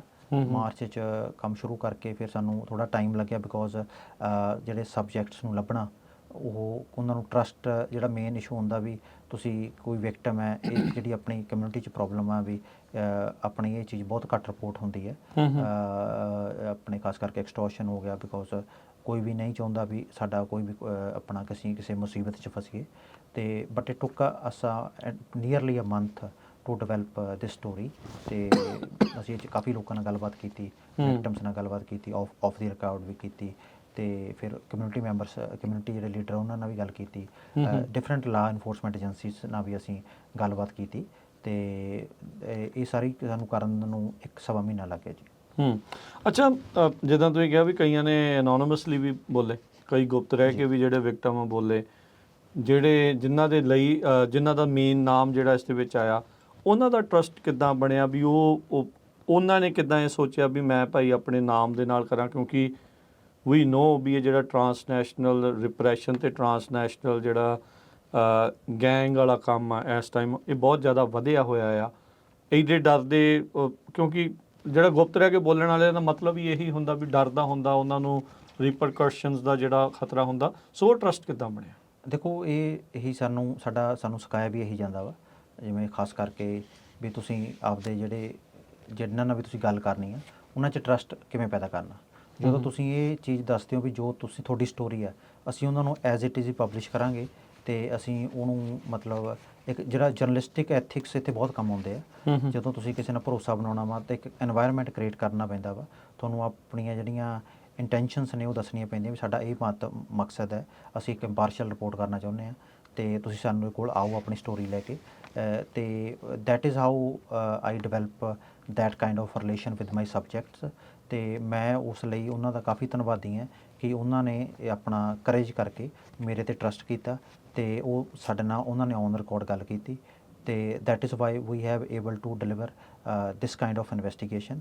ਹਾਲਾਂਕਿ ਜੇ ਉਹ ਕੋਈ ਵੀ ਬੰਦਾ ਔਨ ਰਿਕਾਰਡ ਨਹੀਂ ਗੱਲ ਕਰਦਾ, ਭਾਵੇਂ ਉਹ ਆਫ ਦੀ ਰਿਕਾਰਡ ਗੱਲ ਕਰਦਾ, ਉਹਨਾਂ ਚਿਰ ਉਸ ਸਟੋਰੀ 'ਚ ਥੋੜ੍ਹੀ ਜਿਹੀ ਕਮੀ ਰਹਿ ਜਾਂਦੀ ਹੈ ਹਮੇਸ਼ਾ ਕਿ ਜਿਹੜੀ ਇੱਕ ਬੰਦੇ ਨੇ ਔਨ ਰਿਕਾਰਡ ਗੱਲ ਕਰਨੀ ਆ, ਔਨ ਰਿਕਾਰਡ ਲੋਕਾਂ ਨੂੰ ਦੱਸਣਾ ਵੀ ਸਾਡੇ ਨਾਲ ਆਹ ਹੋ ਰਿਹਾ ਵਾ ਜਾਂ I have been victim of this particular crime. ਭਾਵੇਂ ਤੁਸੀਂ ਆਫ ਦੀ ਰਿਕਾਰਡ ਜਿੰਨਾ ਮਰਜ਼ੀ ਉਹ 'ਚ ਡਿਟੇਲਸ ਪਾ ਦਿਓ, ਪਰ ਫਰਕ ਤਾਂ ਹਮੇਸ਼ਾ ਰਹਿੰਦਾ ਹੀ ਆ। ਪੜ੍ਹਨ ਵਾਲੇ ਨੂੰ ਵੀ ਫਿਰ ਉਹ ਟਰਸਟ ਜਿਹੜਾ ਆਥੈਂਟਿਸਿਟੀ ਦਾ ਟਰਸਟ ਹੁੰਦਾ ਵਾ। ਬਟ ਜਦੋਂ ਤੁਹਾਡੇ ਕੋਲ ਕੁਝ ਸਬਜੈਕਟ ਔਨ ਰਿਕਾਰਡ ਆ ਜਾਣ ਅਤੇ ਕੁਝ ਬੰਦੇ ਆਫ ਦੀ ਰਿਕਾਰਡ ਗੱਲ ਕਰ ਲੈਣ, ਉਹ ਤੁਸੀਂ ਦੱਸ ਸਕਦੇ ਹੋ ਵੀ ਜਿਹੜਾ ਵਿਕਟਮ ਹੈ ਉਹ ਤਾਂ ਨਹੀਂ ਗੱਲ ਕਰਨੀ ਚਾਹੁੰਦਾ ਕਿਉਂਕਿ ਉਹਨੂੰ ਥ੍ਰੈਟ ਹੈ, ਜਾਂ ਮਤਲਬ ਉਹਦੇ ਲਈ ਸਾਨੂੰ ਸਿਖਾਇਆ ਵੀ ਜਾਂਦਾ ਵਾ, ਪ੍ਰਪੇਅਰ ਵੀ ਕੀਤਾ ਜਾਂਦਾ ਵਾ ਜਦੋਂ ਅਸੀਂ ਆਪਣੀ ਜਰਨਲਿਜ਼ਮ ਟ੍ਰੇਨਿੰਗ ਕਰਦੇ ਹਾਂ ਸਕੂਲ ਦੇ ਵਿੱਚ ਕਿ ਇਹਨਾਂ ਚੀਜ਼ਾਂ ਨੂੰ ਕਿਵੇਂ ਡੀਲ ਕਰਨਾ, ਕਿਵੇਂ ਕਿਸੇ ਦੀ ਆਇਡੈਂਟੀਟੀ ਪ੍ਰੋਟੈਕਟ ਕਰਨੀ ਹੈ। ਅਤੇ ਅਗੇਨ ਮੈਂ ਉਹ ਸਾਰੇ ਬੰਦਿਆਂ ਦਾ ਧੰਨਵਾਦ ਕਰਦਾ ਜਿਨ੍ਹਾਂ ਨੇ ਸਾਡੇ ਨਾਲ ਔਨ ਰਿਕਾਰਡ ਗੱਲ ਕੀਤੀ ਅਤੇ ਸਾਡੇ 'ਤੇ ਟਰਸਟ ਕੀਤਾ। ਅਤੇ ਜਦੋਂ ਕੋਈ ਬੰਦਾ ਕਿਸੇ 'ਤੇ ਟਰਸਟ ਕਰਦਾ ਫਿਰ ਹੀ ਤੁਸੀਂ ਜਾਂ ਕਿਸੇ ਨਾਲ ਔਨ ਰਿਕਾਰਡ ਗੱਲ ਕਰਕੇ ਆਪਦੀ ਸਟੋਰੀ ਸ਼ੇਅਰ ਕਰਦਾ, ਫਿਰ ਹੀ ਤੁਸੀਂ ਇੱਕ ਵਧੀਆ ਜਿਹੜੀ ਸਟੋਰੀ ਉਹ ਡਿਲੀਵਰ ਕਰ ਸਕਦੇ ਹੋ। ਅਦਰਵਾਈਜ਼ ਗੱਲਾਂ ਜਰਨਲਿਸਟ ਕੋਲ ਬਹੁਤ ਜ਼ਿਆਦਾ ਹੁੰਦੀਆਂ ਨੇ, ਬਟ ਉਹ ਗੱਲਾਂ ਦੇ ਨਾਲ ਸਟੋਰੀ ਨਹੀਂ ਬਣਦੀ ਅੰਟਿਲ ਅਨਲੈਸ ਕਿਸੇ ਦੀ ਸਾਡੇ ਕੋਲ ਰੀਅਲ ਸਬਜੈਕਟ ਵੀ ਨਾਲ ਚਾਹੀਦਾ। ਹਾਂਜੀ, ਸਬਜੈਕਟ ਵੀ ਨਾਲ ਚਾਹੀਦਾ। ਹਾਂਜੀ, ਉਹ ਬੰਦਾ ਆਊਗਾ, ਜੋ ਕਹਾਣੀ ਦੱਸਦਾ ਸਾਡਾ ਕੰਮ ਹੀ ਇਹ ਆ ਵੀ ਜੋ ਲੋਕਾਂ ਦੀ ਕਹਾਣੀ ਆ ਉਹੀ ਦੂਜੇ ਲੋਕਾਂ ਤੱਕ ਲੈ ਕੇ ਜਾਣਾ। ਤੁਸੀਂ ਜਿਹੜੀ ਭਾਰਤ ਦੇ ਜਿਹੜੇ ਆਰਗੇਨਾਈਜ਼ਡ ਟਾਸਕ ਫੋਰਸ ਆ, ਕ੍ਰਾਈਮ ਟਾਸਕ ਫੋਰਸ, ਉਹਨਾਂ ਤੋਂ ਵੀ ਸਟੇਟਮੈਂਟ ਲਈ, ਉਹ ਕੰਟੈਕਟ ਕਿੱਦਾਂ ਸੀਗਾ? ਦੇਖੋ ਜੀ, ਮੈਂ ਇੰਡੀਆ 'ਚ ਵੀ ਕੰਮ ਕੀਤਾ, ਇਹ ਸਾਡੀ ਡਿਊਟੀ ਵੀ ਹੈਗੀ ਆ ਵੀ ਅਸੀਂ ਹਰ ਬੰਦਾ ਜਿਹਦੇ ਉੱਤੇ ਜੋ ਵੀ ਐਲੀਗੇਸ਼ਨ ਆ ਜਾਂ ਕਾਊਂਟਰ ਐਲੀਗੇਸ਼ਨ ਆ ਜਾਂ ਜਿਹਦੇ ਬਾਰੇ ਗੱਲ ਕੀਤੀ ਜਾਂਦੀ ਆ, ਹਰ ਬੰਦੇ ਤੱਕ ਅਸੀਂ ਅਪਰੋਚ ਕਰੀਏ। That is how we able to deliver our impartial reporting, ਜਿਹਦੇ ਉੱਤੇ ਮੈਂ ਹਮੇਸ਼ਾ ਫੋਕਸ ਕਰਦਾ ਵਾਂ। ਜਦੋਂ ਤੁਸੀਂ ਇੰਪਾਰਸ਼ੀਅਲ ਰਿਪੋਰਟ ਕਰਦੇ ਹੋ, that is a best way to tell the story across the world ਜਿਹੜਾ ਹੈਗਾ। ਅਤੇ ਉਹ ਮੈਂ ਇੰਡੀਆ 'ਚ ਵੀ ਫੋਲੋ ਕਰਦਾ ਸੀਗਾ ਕਿਉਂਕਿ ਕੁਛ ਜਿਵੇਂ ਆਪਾਂ ਨੂੰ ਪਤਾ ਵੀ ਇਹ ਜਿਹੜੇ ਟਰਾਂਸਨੈਸ਼ਨਲ ਗੈਂਗ ਨੇ ਇਹ ਇੰਟਰਕਨੈਕਟਡ ਨੇ, ਅਤੇ ਕੁਛ ਕ੍ਰਾਈਮ ਇੱਥੇ ਹੁੰਦਾ, ਕੁਛ ਇੰਡੀਆ ਹੁੰਦਾ ਵਾ, ਅਤੇ ਮਤਲਬ ਵਿਕਟਮ ਦੋਨੇ ਪਾਸੇ ਹੀ ਹੈਗੇ ਨੇ। ਅਤੇ ਅਸੀਂ ਉਹ ਆਪਣਾ ਜਿਹੜੀ ਹੈਗੀ ਆ ਇੰਡੀਆ ਦੇ ਵਿੱਚ ਇੱਕ ਹਰਿਆਣਾ ਪੁਲਿਸ ਨੂੰ ਅਸੀਂ ਕੰਟੈਕਟ ਕੀਤਾ, ਪੰਜਾਬ ਪੁਲਿਸ ਦੇ ਵਿੱਚ ਪੰਜਾਬ ਪੁਲਿਸ ਦੀਆਂ ਕੁਛ ਔਨ ਰਿਕਾਰਡ ਸਟੇਟਮੈਂਟ ਸੀਗੀਆਂ।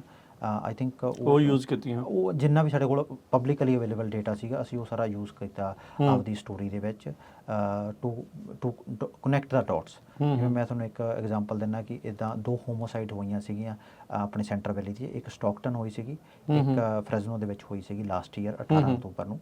ਅਤੇ ਜਦੋਂ ਤੁਸੀਂ ਆਪਣਾ ਆਈ ਥਿੰਕ ਜਨਵਰੀ ਦੇ ਵਿੱਚ ਹਰਿਆਣਾ ਪੁਲਿਸ ਵੱਲੋਂ ਇਹ ਅਨਾਊਂਸਮੈਂਟ ਕੀਤੀ ਗਈ ਸੀ ਕਿ ਉਹਨਾਂ ਨੇ 4 ਬੰਦੇ ਅਰੈਸਟ ਕੀਤੇ ਨੇ ਜਿਹੜੇ ਕਿ ਉਹ 2 ਹੋਮੋਸਾਈਡ ਦੇ ਵਿੱਚ ਇਨਵੋਲਵ ਸੀਗੇ। ਉਹ ਅਤੇ ਜਦੋਂ ਸੀਗੇ ਇੱਥੇ ਹੋਮੋਸਾਈਡ ਹੋਏ। ਹਾਂਜੀ, ਅਤੇ ਜਦੋਂ ਇਹ ਇੰਟਰ ਗੈਂਗ ਸੀਗਾ। ਹਾਂਜੀ, ਇਹ ਇੰਟਰ ਗੈਂਗ ਜਿਹੜਾ ਪੁਲਿਸ ਵੱਲੋਂ ਕਲੇਮ ਕੀਤਾ ਕਿ ਇੰਟਰ ਗੈਂਗ ਰਾਈਵਲਰੀ ਸੀਗੀ।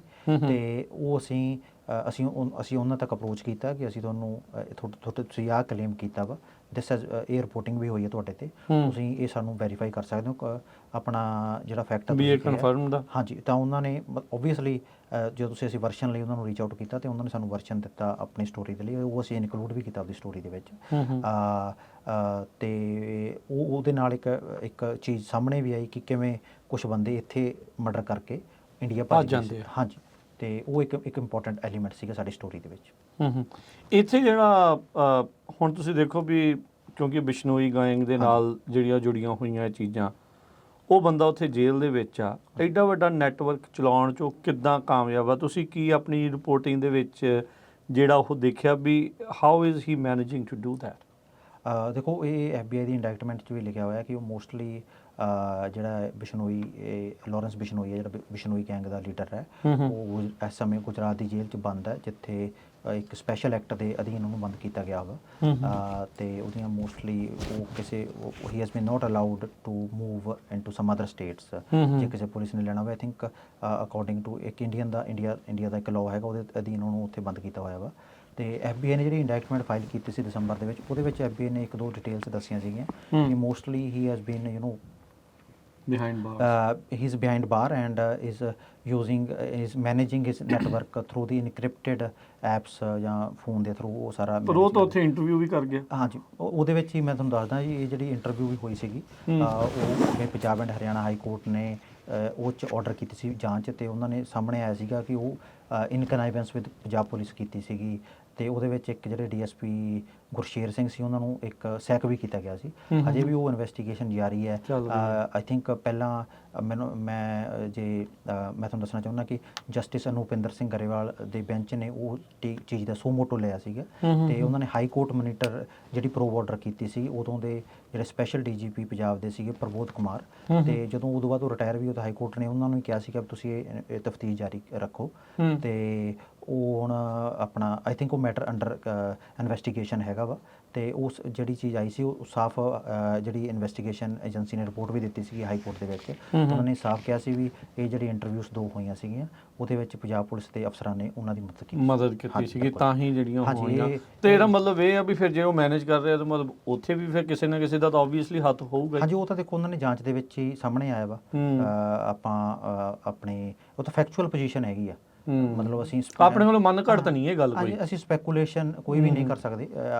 ਆਪਣਾ ਉਹ ਇੱਕ ਜਦੋਂ ਪੁਲਿਸ ਨੇ ਪ੍ਰੂਵ ਕਰਕੇ ਹਾਈ ਕੋਰਟ ਦੇ ਵਿੱਚ ਦਿੱਤੀ ਹੈ, ਤੇ ਹਾਈ ਕੋਰਟ ਨੇ ਇਨਕੁਆਇਰੀ ਆਰਡਰ ਕੀਤੀ ਸੀਗੀ ਉਸ ਦੀ, ਤਾਂ ਸਾਨੂੰ ਆਪਣਾ ਮੈਂ ਉਹੀ ਫੈਕਟ ਰੀਟਰੇਟ ਕਰ ਰਿਹਾ ਵਾਂ, ਤੇ ਵੀ ਉਹ ਜਿਹੜੀ ਆਪਣਾ ਜਿਹੜਾ ਚੀਜ਼ ਕੀ ਹੋਈ ਸੀ ਉਹ ਇਨ ਕਨਾਈਵੈਂਸ ਵਿਦ ਪੁਲਿਸ ਆਫੀਸ਼ੀਅਲ ਹੋਈ ਸੀਗੀ ਜੀ। ਇਹਦੇ ਵਿੱਚ ਹੁਣ ਜਦੋਂ ਤੁਸੀਂ ਜਿਹੜੀ ਇਹ ਸਟੋਰੀ ਕੀਤੀ, ਇੱਥੇ ਕਬੱਡੀ ਜਿਹੜੀ ਮਿਡਲ ਐਂਡ ਸੈਂਟਰ ਜਿਹੜੀ ਉਹ ਸੀਗੀ, ਟੂਰਨਾਮੈਂਟ ਹੋਣਾ ਸੀਗਾ, ਪਲੇਅਰਾਂ ਨੂੰ ਕਾਲਾਂ ਆਈ ਜਾਂਦੀਆਂ ਸੀਗੀਆਂ ਗੈਂਗਸਟਰਾਂ ਦੀਆਂ ਵੀ ਤੁਸੀਂ ਨਹੀਂ ਖੇਡਣਾ, ਜਾਂ ਇੱਧਰੋਂ ਨਹੀਂ ਖੇਡਣਾ, ਜਾਂ ਉੱਧਰੋਂ ਨਹੀਂ ਖੇਡਣਾ।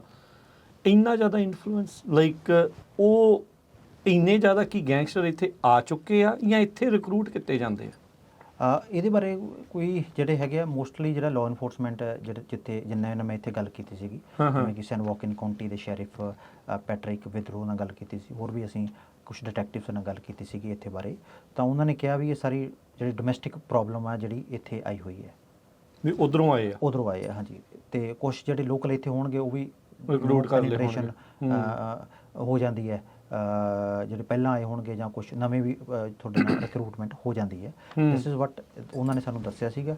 ਤੇ ਆਪਣਾ ਫਿਰ ਇਹ ਆਪਾਂ ਨੂੰ ਪਤਾ ਹੀ ਹੈ ਕਿ ਜਿਹੜੇ ਕਬੱਡੀ ਨੂੰ ਇਨਫਲੂਐਂਸ ਕਰਨ ਦੀ ਕੋਸ਼ਿਸ਼ ਕਰਦੇ ਆ ਬਿਕੋਜ਼ ਆਫ ਵੀ ਕਿਹੜਾ ਪਲੇਅਰ ਇਹ, ਜਿਵੇਂ ਹੁਣ 2022 ਚ ਸੰਦੀਪ ਨੰਗਲੰਬੀਆਂ ਜੋ ਇੱਕ ਬ੍ਰਿਟਿਸ਼ ਨੈਸ਼ਨਲ ਸੀਗੇ, ਕਬੱਡੀ ਦੇ ਬਹੁਤ ਪ੍ਰੋਮੀਨੈਂਟ ਪਲੇਅਰ ਸੀਗੇ, ਉਹਨਾਂ ਦੀ ਹੱਤਿਆ ਕਰ ਦਿੱਤੀ ਗਈ। ਉਸ ਤੋਂ ਬਾਅਦ ਕਿੰਨੀਆਂ ਆਈ ਥਿੰਕ 3-4-5 ਹੱਤਿਆਵਾਂ ਪੰਜਾਬ ਦੇ ਵਿੱਚ ਹੋ ਚੁੱਕੀਆਂ ਕਬੱਡੀ ਦੇ ਨਾਲ ਰਿਲੇਟਡ ਜਿਹੜੀਆਂ, ਤੇ ਉਹ ਇਹ ਪ੍ਰੋਬਲਮ ਆਪਣਾ ਜਿਹੜੀ ਹੈਗੀ ਹੈ ਡੀਪ ਰੂਟਡ ਉਦੋਂ ਦੀ ਚੱਲ ਰਹੀ ਹੈ, ਤੇ ਇਨਫਲੂਐਂਸ ਦੀ ਵੀ ਕਿਹੜਾ ਬੰਦਾ ਇਸ ਮਲਟੀ ਮਿਲੀਅਨ ਸਪੋਰਟਸ ਦੇ ਉੱਤੇ ਹੈਜਮਨੀ ਬਣਾ ਕੇ ਚਾਹੁੰਦਾ ਵਾ। ਤੇ ਜਿਹੜਾ ਸਟਾਕਟਨ ਦੇ ਵਿੱਚ ਦੱਸਿਆ ਸੀਗਾ, ਤਾਂ ਉਹ ਆਪਣੇ ਜਿਹੜੇ ਆਰਗੇਨਾਈਜ਼ਰ ਸੀਗੇ ਉਹਨਾਂ ਨੂੰ ਪੁਲਿਸ ਨੇ ਤੇ ਪਲੇਅਰਾਂ ਨੇ ਦੱਸਿਆ ਵੀ ਸਾਨੂੰ ਇਦਾਂ ਦੇ ਕਰਕੇ ਥ੍ਰੈਟ ਆ ਰਿਹਾ। ਹਰਸਿਮਰਨ ਸਿੰਘ ਸੀ ਉਹਨਾਂ ਦਾ, ਤੇ ਜਿਹੜੇ ਅਮਰੀਕਨ ਕਬੱਡੀ ਫੈਡਰੇਸ਼ਨ ਦੇ ਪ੍ਰੈਜ਼ੀਡੈਂਟ ਨੇ, ਤੇ ਫਿਰ ਅਲਟੀਮੇਟਲੀ ਉਹਨਾਂ ਨੇ ਉਹ ਟੂਰਨਾਮੈਂਟ ਕਰਵਾਇਆ but with N additional security. ਤੇ ਮੋਸਟਲੀ ਤਾਂ ਇਹੀ ਹੈ ਵੀ ਇਸ ਮਲਟੀ ਮਿਲੀਅਨ ਗੇਮ ਦੇ ਉੱਤੇ ਹੈਜਮਨੀ ਕਿਵੇਂ ਬਣਾ ਕੇ ਰੱਖਣੀ ਆਪਣੀ, ਕੰਟਰੋਲ ਜਿਹੜਾ ਆ ਉਹ ਕੰਟਰੋਲ ਦਾ ਜਿਹੜਾ ਇਹ ਰੌਲਾ ਹੈ। ਅੱਛਾ, ਇੱਥੇ ਜਦੋਂ ਹੁਣ ਆਪਾਂ ਰੀਸੈਂਟਲੀ ਇੱਕ ਹੋਰ ਰਿਪੋਰਟਿੰਗ ਦੇਖੀ ਤੁਹਾਡੀ ਨਹੀਂ ਡਿਫਰੈਂਟ, ਜਿਹੜੀ ਆਪਣੇ ਗੁਆਂਢੀ ਮੁਲਕ ਇਸ ਟਾਈਮ ਜਿੱਥੇ ਆਪਾਂ ਬੈਠੇ ਹਾਂ ਕੈਨੇਡਾ ਤੋਂ, ਉੱਥੇ ਦੀ ਜਿਹੜੀ ਲਾਅ ਇਨਫੋਰਸਮੈਂਟ ਉਹਨਾਂ ਨੇ ਸਿੱਧੇ ਤੌਰ ਤੇ ਕਿਹਾ ਵੀ ਜਿਹੜੀ ਭਾਰਤ ਦੀ ਸਰਕਾਰ ਆ ਉਹ ਇਹਨਾਂ ਗੈਂਗਸਟਰਸ ਦੀ ਵਰਤੋਂ ਕਰ ਰਹੀ ਆ ਜੀ ਸਿੱਧੇ ਤੌਰ ਦੇ ਉੱਤੇ, ਚਾਹੇ ਉਹ ਐਕਸਟੋਰਸ਼ਨ ਆ, ਚਾਹੇ ਜਿਹੜੇ ਐਕਟਿਵਿਜ਼ਮ ਕਰ ਰਹੇ ਆ ਉਹਨਾਂ ਦੇ ਉਲਟ ਜਾਂ ਉਹਨਾਂ ਨੂੰ ਚੁੱਪ ਕਰਾਉਣ ਦੇ ਲਈ ਅਸੈਸੀਨੇਸ਼ਨਸ ਆ, ਐਕਸਟੋਰਸ਼ਨ, ਈਚ ਐਂਡ ਇੱਦਾਂ ਦੀਆਂ ਚੀਜ਼ਾਂ ਜਿਹੜੀਆਂ ਸਾਰੀਆਂ, ਕਿ ਉਹੀ ਪੈਟਰਨ ਆਪਾਂ ਇੱਥੇ US ਦੇ ਵਿੱਚ ਦੇਖ ਰਹੇ? ਨਹੀਂ, ਦੇਖੋ ਕਈ ਦੇਖੋ ਕ੍ਰਾਈਮ ਜਿਹੜਾ ਕੋਈ ਵੀ ਕ੍ਰਾਈਮ ਹੁੰਦਾ ਜਾਂ ਆਰਗੇਨਾਈਜ਼ਡ ਕ੍ਰਾਈਮ ਹੁੰਦਾ ਜਾਂ ਕੁਝ ਵੀ ਹੁੰਦਾ, ਹਰ ਪੈਟਰਨ ਦੇ ਡਿਫਰੈਂਟ ਤਰ੍ਹਾਂ ਦੇ ਜਿਹੜੇ ਹੁੰਦੇ ਆ ਮਤਲਬ ਉਹ ਡਿਫਰੈਂਟ ਲੈਵਲ ਤੇ ਹੁੰਦਾ ਵਾ ਪੈਟਰਨ, ਉਹਦੇ ਜਿਹੜੇ ਡਿਫਰੈਂਟ ਤਰ੍ਹਾਂ ਦੇ ਲੈਵਲਸ ਹੁੰਦੇ ਨੇ, ਜੇ ਮੈਂ ਆਪਣਾ ਗਲਤ ਨਹੀਂ ਹੈਗਾ ਤਾਂ। ਤੇ ਜਿਹੜਾ ਇੱਥੇ ਅਸੀਂ ਕਿਉਂਕਿ ਜਿਹੜਾ ਜਿੰਨੇ ਅਸੀਂ ਇੱਥੇ ਇਹਨਾਂ ਨਾਲ ਗੱਲ ਕੀਤੀ ਹੈਗੀ ਆ ਆਪਣੇ ਲਾਅ ਇਨਫੋਰਸਮੈਂਟ ਨਾਲ, ਉਹਨਾਂ ਨੇ ਇਦਾਂ ਦਾ ਕੋਈ ਵੀ ਐਪਰੀਹੈਂਸ਼ਨ ਸਾਨੂੰ ਨਹੀਂ ਦੱਸੀ, ਤੇ ਨਾ ਹੀ ਉਹਨਾਂ ਨੇ ਕਦੇ ਇੰਡਾਈਟਮੈਂਟ ਦੇ ਵਿੱਚ ਕਲੇਮ ਕੀਤਾ specifically related to the organised ਜਿਹੜੇ ਆਰਗੇਨਾਈਜ਼ਡ ਕ੍ਰਿਮੀਨਲ ਗੈਂਗ ਨੈਟਵਰਕ ਇੱਥੇ ਆਪਰੇਟ ਕਰ ਰਿਹਾ। ਮੋਸਟਲੀ ਜਿਹੜੇ ਇਹਦੇ ਵਿੱਚ ਵਿਕਟਮ ਸੀਗੇ, ਜਾਂ ਦੇਖੋ ਉਹਨਾਂ ਨੇ ਕੋਈ ਕਬੱਡੀ ਟੂਰਨਾਮੈਂਟ ਇਨਫਲੂਐਂਸ ਕਰਨ ਦੀ ਕੋਸ਼ਿਸ਼ ਕਰਦੇ ਆ, ਜਾਂ ਐਕਸਟੋਰਸ਼ਨ ਇੱਥੇ ਜਿਹੜਾ ਐਕਸਟੋਰਸ਼ਨ ਦੇ ਆਪਣਾ ਐਕਟੀਵਿਟੀਜ਼ ਹੋਈਆਂ ਨੇ। ਤੇ ਤਕਰੀਬਨ ਜਿਵੇਂ ਸੈਕਰਾਮੈਂਟੋ ਕਾਉਂਟੀ ਦੇ ਵਿੱਚ ਜਿਹੜੇ ਉੱਥੋਂ ਦੇ ਡਿਟੈਕਟਿਵ ਸੀਗੇ, ਉਹਨਾਂ ਨੇ ਸਾਨੂੰ ਔਨ ਰਿਕਾਰਡ ਇੱਕ ਡਾਟਾ ਦਿੱਤਾ ਸੀਗਾ ਕਿ ਤਕਰੀਬਨ 20 ਸ਼ੂਟਿੰਗਸ ਉਹਨਾਂ ਨੇ ਕਿਹਾ ਸੀ ਵੀ ਇੰਡੀਅਨ ਗੈਂਗਸ ਦੇ ਨਾਲ ਕਨੈਕਟਡ ਨੇ ਇਨ ਲਾਸਟ 4 ਇਅਰਸ। ਅੱਛਾ, ਹਾਂਜੀ। ਤੇ ਉਵੇਂ ਹੀ ਜਿਵੇਂ ਵੀ ਉਹ ਆਮ ਲੋਕਾਂ ਨੂੰ ਮਾਰ ਰਹੀ ਜਾਂ ਆਪਸ 'ਚ ਹੋਏ, ਜਾਂ ਇੰਟਰ ਗੈਂਗ ਹੋਈ, ਜਾਂ ਓਵਰਆਲ ਜਾਂ ਦੂਜੇ ਵਿਕਟਮ ਨੇ? ਨਹੀਂ, ਉਹ 'ਚ ਵਿਕਟਮ ਵੀ ਆ ਗਏ, ਉਹ 'ਚ ਇੰਟਰ ਗੈਂਗ ਰਾਈਵਲਰੀ ਵੀ ਆ ਗਈ, ਜਾਂ ਮਤਲਬ ਇੱਕ ਆਪਸ 'ਚ ਜਿਵੇਂ ਆਪਾਂ ਕਹਿੰਦੇ ਮਾਰਨ ਦੀ, ਤਾਂ ਜਾਂ ਮਲਟੀਪਲ ਲੈਵਲ ਦੀ ਜਿਵੇਂ ਉਹਦੇ ਵਿੱਚ ਪੈਟਰਨ ਸੀਗੇ। ਤਾਂ ਉਹਨਾਂ ਨੇ ਕਿਹਾ ਵੀ ਪਿਛਲੇ 4 ਸਾਲ 'ਚ ਇੱਥੇ 20 ਸ਼ੂਟਿੰਗਸ ਹੋਈਆਂ ਨੇ। ਤੇ ਸਾਡਾ ਇਹੀ ਜਦੋਂ ਸਟੋਰੀ ਕਰਨ ਦਾ ਵੀ ਇਹੀ ਸੀਗਾ ਵੀ ਕਿਉਂਕਿ US ਤੋਂ ਕਦੇ ਡਾਟਾ ਨਹੀਂ ਆਇਆ ਸੀਗਾ। ਬਾਕੀ ਜਿਵੇਂ ਸੈਨ ਵਾਕਿਨ ਕਾਉਂਟੀ ਦੇ ਵਿੱਚ ਤਕਰੀਬਨ ਉਹਨਾਂ ਨੇ ਸਾਨੂੰ ਦੱਸਿਆ ਸੀ ਵੀ ਸਾਨੂੰ ਪਿਛਲੇ ਪਾਸਟ ਈਅਰ ਔਰ 2 ਤੋਂ 2 ਕੰਪਲੇਂਟਸ ਔਨ ਐਨ ਐਵਰੇਜ ਸਾਨੂੰ ਮਿਲ ਰਹੀਆਂ ਨੇ ਐਕਸਟੋਰਸ਼ਨ ਦੀਆਂ। 2 ਮਤਲਬ ਹਰ ਮਹੀਨੇ 2 ਇਦਾਂ ਦੀਆਂ ਵਿਕਟਮਸ ਆ ਰਹੇ ਨੇ ਸਾਡੇ ਕੋਲੇ। ਅਜੇ ਸਾਰੇ ਦੱਸਦੇ ਨਹੀਂ ਹੋਣਗੇ। ਹਾਂਜੀ, ਮੈਂ ਉਹੀ ਜਿਹੜਾ ਫ੍ਰੈਜ਼ਨੋ ਕਾਉਂਟੀ ਦੇ ਜਿਹੜੇ ਫ੍ਰੈਜ਼ਨੋ ਦੇ ਵਿੱਚ ਵੀ ਅਸੀਂ ਉਹਨਾਂ ਨੂੰ ਪੁੱਛਿਆ ਸੀਗਾ, ਉਹ ਕਹਿ ਰਹੇ ਸੀ ਕਿ ਸਾਰਿਆਂ ਨੇ ਇਸ ਚੀਜ਼ ਨੂੰ ਐਕਨੋਲਜ ਕੀਤਾ ਕਿ ਪ੍ਰੋਬਲਮ ਹੈਗੀ ਆ, ਬਟ ਉਹਨਾਂ ਨੇ ਕਿਹਾ ਵੀ ਇਹ ਪ੍ਰੋਬਲਮ ਫਾਰ ਇਹ ਕਾਫੀ ਅੱਗੇ, ਕਾਫੀ ਜਿਵੇਂ ਆਪਾਂ ਨੂੰ ਕਹਾਂਗੇ ਇਟਸ ਅ ਫਾਰ ਹੈਡ ਕਿ ਜਾਂ ਵਧੀ ਹੋਈ ਹੈ। ਹਾਂਜੀ, ਵਧੀ ਹੈ, ਬਟ ਇਹ ਬਹੁਤ ਅੰਡਰ ਰਿਪੋਰਟਡ ਹੈ। ਵੀ ਕੋਈ ਦੱਸ ਦਿੰਦੇ, ਵਿਕਟਮ ਆ ਕੇ ਰਿਪੋਰਟ ਨਹੀਂ ਕਰਦੇ। ਹਾਂਜੀ, ਵਿਕਟਮ ਆ ਕੇ ਰਿਪੋਰਟ ਨਹੀਂ ਕਰਦੇ। ਇਹ ਚੀਜ਼ ਸਾਨੂੰ ਸੈਕਰਾਮੈਂਟੋ ਰੀਜ਼ਨ ਕੀ ਦੱਸਦੇ ਹੋ? ਜਾਂ ਜਦੋਂ ਤੁਸੀਂ ਆਫ ਦਾ ਰੈਕਡ ਜਾਂ ਇਹਨਾਂ ਵਿਕਟਮ ਨਾਲ ਗੱਲ ਕੀਤੀ, ਉਹ ਕੀ ਦੱਸਦੇ ਆ? ਦੇਖੋ, ਹਰ ਬੰਦਾ ਚਾਹੁੰਦਾ ਵਾ ਵੀ ਅਸੀਂ ਕੋਈ ਵੀ ਇਦਾਂ ਦੀ ਕੰਟਰੋਵਰਸੀ 'ਚ ਨਹੀਂ ਪਈਏ। ਦੇਖੋ, ਉਹਨਾਂ ਨੇ ਇੰਡੀਆ ਵੀ ਟਰੈਵਲ ਕਰਨਾ ਵਾ, ਠੀਕ ਹੈ ਜੀ। ਹੁਣ ਜਿਹੜਾ ਕੋਈ ਵੀ ਬੰਦਾ, ਕਿਸੇ ਵੀ ਜਿਹੜਾ ਨੋਰਮਲ ਬਿਜ਼ਨਸਮੈਨ ਆ ਜਾਂ ਨੋਰਮਲ ਕੋਈ ਵੀ ਸ਼ਹਿਰੀ ਹੈ, ਚਾਹੇ ਉਹ ਇੰਡੀਆ 'ਚ ਹੋਵੇ, ਚਾਹੇ ਉਹ ਕੈਨੇਡਾ 'ਚ ਹੋਵੇ, ਚਾਹੇ ਉਹ US 'ਚ ਹੋਵੇ, ਉਹ ਕਦੇ ਵੀ ਕਿਸੇ ਗੈਂਗ ਜਾਂ ਕ੍ਰਿਮੀਨਲ ਜਿਹੜਾ ਮੈਂਬਰ ਹੈ ਉਹਦੇ ਨਾਲ ਸਿੱਧਾ ਫੇਸ ਟੂ ਫੇਸ ਜਾਂ ਨਹੀਂ ਚਾਹੁੰਦਾ। ਹਰੇਕ ਨੂੰ ਆਪਦੀ ਸੇਫਟੀ ਦਾ ਧਿਆਨ ਰੱਖਣਾ ਹੁੰਦਾ ਵਾ। ਤੇ ਇੱਕ ਇਹੀ ਰੀਜ਼ਨ ਜੋ ਮੇਨਲੀ ਵਿਕਟਮਸ ਦੱਸਦੇ ਨੇ, ਬਟ ਜਿਹੜੇ ਲਾਅ ਇਨਫੋਰਸਮੈਂਟ ਦੇ ਜਿਹੜੇ ਅਧਿਕਾਰੀ ਨੇ, ਉਹਨਾਂ ਨੇ ਸਾਨੂੰ ਬਸ ਇਹੀ ਦੱਸਿਆ ਵੀ ਜੇ ਸਾਡੇ ਕੋਲ ਕੋਈ ਡੇਟਾ ਜਾਂ ਸਾਡੇ ਕੋਲ ਰਿਪੋਰਟ ਹੀ ਨਹੀਂ ਹੋਊਗੀ, ਫਿਰ ਅਸੀਂ ਉਹ 'ਤੇ ਐਕਸ਼ਨ ਕਿਵੇਂ ਲਵਾਂਗੇ, ਜਾਂ ਉਹਦੇ ਉੱਤੇ ਉਸ ਨੂੰ ਮਤਲਬ ਕੋਈ ਕਿਸੇ ਨਾਲ ਇੰਡੀਵਿਜੂਅਲ ਕ੍ਰਾਈਮ ਹੋ ਰਿਹਾ ਵਾ, ਤਾਂ ਜਦ ਕਿਸੇ ਨੂੰ ਪਤਾ ਹੀ ਨਹੀਂ ਹੈਗਾ ਵੀ ਉਹ ਕ੍ਰਾਈਮ ਹੋ ਰਿਹਾ, ਤਾਂ ਸਾਡੇ ਲਈ ਵੀ ਉਹ ਮੁਸ਼ਕਿਲ ਬਣ ਜਾਂਦਾ ਵਾ। ਇੱਕ ਇੱਦਾਂ ਦੇ ਕ੍ਰਾਈਮ ਦੇ ਵਿੱਚ ਜੁਰਿਸਡਿਕਸ਼ਨਲ ਚੈਲੰਜਸ ਬਹੁਤ ਆ ਜਾਂਦੇ ਆ। ਜਿੱਦਾਂ ਜਿਵੇਂ ਮੰਨ ਲਓ ਵੀ ਕੋਈ ਬੰਦਾ ਕੈਲੀਫੋਰਨੀਆ ਬੈਠਾ ਵਾ, ਉਹ ਇੰਡੀਆ 'ਚ ਕਿਸੇ ਨੂੰ ਧਮਕੀ ਦੇ ਰਿਹਾ, ਤਾਂ ਉਹਨੂੰ ਕਹਿੰਦਾ ਵੀ ਸਾਨੂੰ ਫਰੋਤੀ ਦਿਓ। ਇੰਡੀਅਨ ਪੁਲਿਸ ਦੇ ਕੋਲ ਉਹ ਜੁਰਿਸਡਿਕਸ਼ਨ ਨਹੀਂ ਹੈਗੀ ਕਿ ਉਹ US ਆ ਕੇ ਉਹ ਬੰਦਾ ਫੜ ਲੈਣ, ਠੀਕ ਹੈ ਜੀ। ਉਹ ਤਾਂ ਇੱਕ ਪ੍ਰੋਫੈਸਰ ਪਰਚਾ ਦਰਜ ਕਰਕੇ ਐਕਸਟ੍ਰੈਡੀਸ਼ਨ ਕਹਿ ਦੇਣਗੇ, ਐਕਸਟ੍ਰੈਡੀਸ਼ਨ ਹੁੰਦੀ ਹੈ ਜਾਂ ਨਹੀਂ ਹੋਊਗੀ। ਸੇਮ ਸਿਚੁਏਸ਼ਨ US ਦੇ ਵਿੱਚ ਵੀ ਹੈਗੀ ਆ। ਵੀ ਮੰਨ ਲਓ ਵੀ ਕੋਈ ਜਿਹੜੀ ਐਕਸਟੋਰਸ਼ਨ ਦੀਆਂ ਗੱਲਾਂ ਬਾਹਰੋਂ ਆ ਰਹੀਆਂ ਨੇ, ਤੇ ਉਹ ਫਿਰ ਆਪਣਾ ਦੇਖੋ ਜਿਹੜਾ ਕੀ ਕਾਲਾਂ ਜ਼ਿਆਦੀਆਂ ਬਾਹਰੋਂ ਆ ਰਹੀਆਂ ਕਿ ਇੱਥੋਂ ਹੀ ਓਰੀਜਿਨੇਟ ਹੋ ਰਹੀਆਂ, ਇਹ ਨਹੀਂ ਪਤਾ, ਇਹ ਨਹੀਂ ਕੁਝ ਡਾਟਾ ਹੈਗਾ। ਇੱਦਾਂ ਦਾ ਕੋਈ ਡਾਟਾ ਨਹੀਂ ਹੈਗਾ, ਬਿਕੋਜ਼ ਉਹਨਾਂ ਕੋਲੇ ਮੰਨ ਲਓ ਵੀ ਉਹ ਕਿਉਂਕਿ ਉਹ ਕੈਟੇਗਰਾਈਜ਼ ਕਰਨਾ ਵੀ ਇਹਨਾਂ ਲਈ ਕਾਫੀ ਮੁਸ਼ਕਿਲ ਹੋ ਜਾਂਦਾ ਵਾ। ਤੇ ਇੱਦਾਂ ਦਾ ਕੋਈ ਸਾਨੂੰ ਉਹਨਾਂ ਨੇ ਡਾਟਾ ਨਹੀਂ ਦੱਸਿਆ, ਜਿੰਨਾ ਵੀ ਅਸੀਂ ਡਿਟੇਲ 'ਚ ਉਹਨਾਂ ਨਾਲ ਇੰਟਰਵਿਊਜ਼ ਕੀਤੀਆਂ ਨੇ। ਤੇ ਪਰ ਜਿਵੇਂ ਮੰਨ ਲਓ ਵੀ ਜਿਵੇਂ US ਤੇ ਕੈਨੇਡਾ ਦਾ ਤਾਲਮੇਲ ਹੈਗਾ ਵਾ, ਇਹ ਕਾਫੀ ਜਿਵੇਂ ਹੁਣ ਜਿਹੜੀ ਮੈਂ ਦੱਸਿਆ ਵੀ ਜਿਹੜਾ ਦਸੰਬਰ ਦੇ ਵਿੱਚ ਜਿਹੜੀ ਇੰਡਾਇਕਟਮੈਂਟ ਫਾਈਲ ਹੋਈ ਸੀਗੀ ਜਸਮੀਤ ਸਿੰਘ ਦੇ ਖਿਲਾਫ, ਉਹਦੀ ਓਰੀਜਨਲੀ ਸ਼ਿਕਾਇਤ RCMP ਤੋਂ ਆਈ ਸੀਗੀ, ਤੇ ਫਿਰ ਉਹਦੇ ਉੱਤੇ FBI ਨੇ ਐਕਸ਼ਨ ਲਿਆ ਸੀਗਾ। ਤੇ ਬਟ ਇਸਦਾ ਦਾ ਤਾਲਮੇਲ ਇੰਡੀਆ ਨਾਲ ਨਹੀਂ ਹੈਗਾ। ਅੱਛਾ, FBI ਤੇ RCMP ਤਾਂ ਆਪਸ ਚ ਕਨੈਕਟਡ ਆ, ਪਰ ਇੰਡੀਅਨ ਪੁਲਿਸ ਨੇ ਹਾਂਜੀ ਉਹਨਾਂ ਦੇ ਦੇਖੋ ਹਰ ਚੀਜ਼ ਇਹਨਾਂ ਦਾ ਜਿਵੇਂ ਆਪਾਂ ਨੂੰ ਪਤਾ ਵੀ US ਤੇ ਕੈਨੇਡਾ ਦਾ ਤਾਲਮੇਲ ਇੱਕ ਹੋਰ ਤਰ੍ਹਾਂ ਦਾ ਵਾ। ਫਾਈਵ ਆਈਜ਼ ਦੇ ਵੀ ਇਕੱਠੇ ਵੀ ਹੈਗੇ ਆ, ਹੋਰ ਵੀ ਇਹਨਾਂ ਦੀ ਇੰਟੈਲੀਜੈਂਸ ਸ਼ੇਅਰਿੰਗ ਹੁੰਦੀ ਰਹਿੰਦੀ ਆ। ਬਟ ਉਸ ਬਿਕੋਜ਼ ਇੰਡੀਆ ਇੱਕ ਸਾਊਥ ਏਸ਼ੀਅਨ ਕੰਟਰੀ ਆ, ਇਹਨਾਂ ਦਾ ਉਸ ਤਰ੍ਹਾਂ ਦਾ ਟਾਈਮ ਨਹੀਂ, ਇਹਦੇ ਵਿੱਚ ਕਾਫੀ ਪ੍ਰੋਸੀਜਰਲ ਚੀਜ਼ਾਂ ਆ ਜਾਂਦੀਆਂ ਨੇ।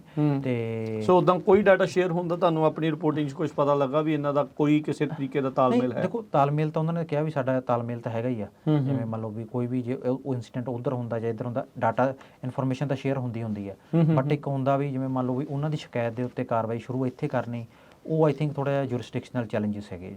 ਉਹ ਨਹੀਂ ਜਿਹੜਾ ਉਹ ਇੰਡੀਆ ਵਾਸਤੇ ਵੀ ਆ, ਉਹ US ਵਾਸਤੇ ਵੀ ਆ। ਅੱਛਾ, ਜਿਹੜੇ ਵਿਕਟਮ ਆ ਉਹਨਾਂ ਨੇ ਇਹ ਵੀ ਜਿਹੜਾ ਖਤਰਾ ਜਿਹੜਾ ਉਹ ਜਤਾਇਆ ਵੀ ਇੱਕ ਤਾਂ ਇੱਥੇ ਉਹਨਾਂ ਨੂੰ ਖਤਰਾ ਵੀ ਇੱਥੇ ਰਿਟੈਲੀਏਸ਼ਨ ਹੋ ਸਕਦੀ ਹੈ, ਇੱਕ ਇਹ ਵੀ ਦੱਸਦੇ ਵੀ ਉੱਥੇ ਪਿੱਛੇ ਪਰਿਵਾਰਕ ਮੈਂਬਰਾਂ ਦੇ ਨਾਲ ਵੀ ਜਿਹੜੀ ਇੰਡੀਆ ਦੇ ਵਿੱਚ ਵੀ ਰਿਟੈਲੀਏਸ਼ਨ ਜਿਹੜੀ ਉਹ ਹੈਗੀ ਆ। ਤੁਹਾਨੂੰ ਆਪਣੀ ਰਿਪੋਰਟਿੰਗ 'ਚ ਕੁਛ ਇਦਾਂ ਦੀ ਚੀਜ਼ ਸਾਹਮਣੇ ਆਈ ਵੀ ਇਸ ਚੀਜ਼ ਦੇ ਪ੍ਰਤੀ ਕੋਈ ਪ੍ਰੋਟੈਕਸ਼ਨ ਉਹਨਾਂ ਲੋਕਾਂ ਦੇ ਲਈ ਹੈ? ਇਦਾਂ ਦੀ ਪ੍ਰੋਟੈਕਸ਼ਨ ਨਹੀਂ, ਕੋਈ ਇਦਾਂ ਦੀ ਸਾਡੇ ਕੋਲ ਸਾਹਮਣੇ ਤਾਂ ਨਹੀਂ ਹੈ, ਬਟ ਇੱਕ ਵਿਕਟਮ ਨੂੰ ਮਤਲਬ I don't want to detail much information because of the security issues, ਤੇ ਬਟ ਕੁਝ ਲੋਕਾਂ ਨੂੰ ਜਿਹੜੇ ਇਹਨਾਂ ਨੇ ਉੱਥੇ ਰਿਪੋਰਟ ਕੀਤਾ ਵਾ ਤੇ ਉਹਨਾਂ ਨੂੰ ਉਹ ਪ੍ਰੋਟੈਕਸ਼ਨ ਮਿਲੀ ਹੈਗੀ ਆ।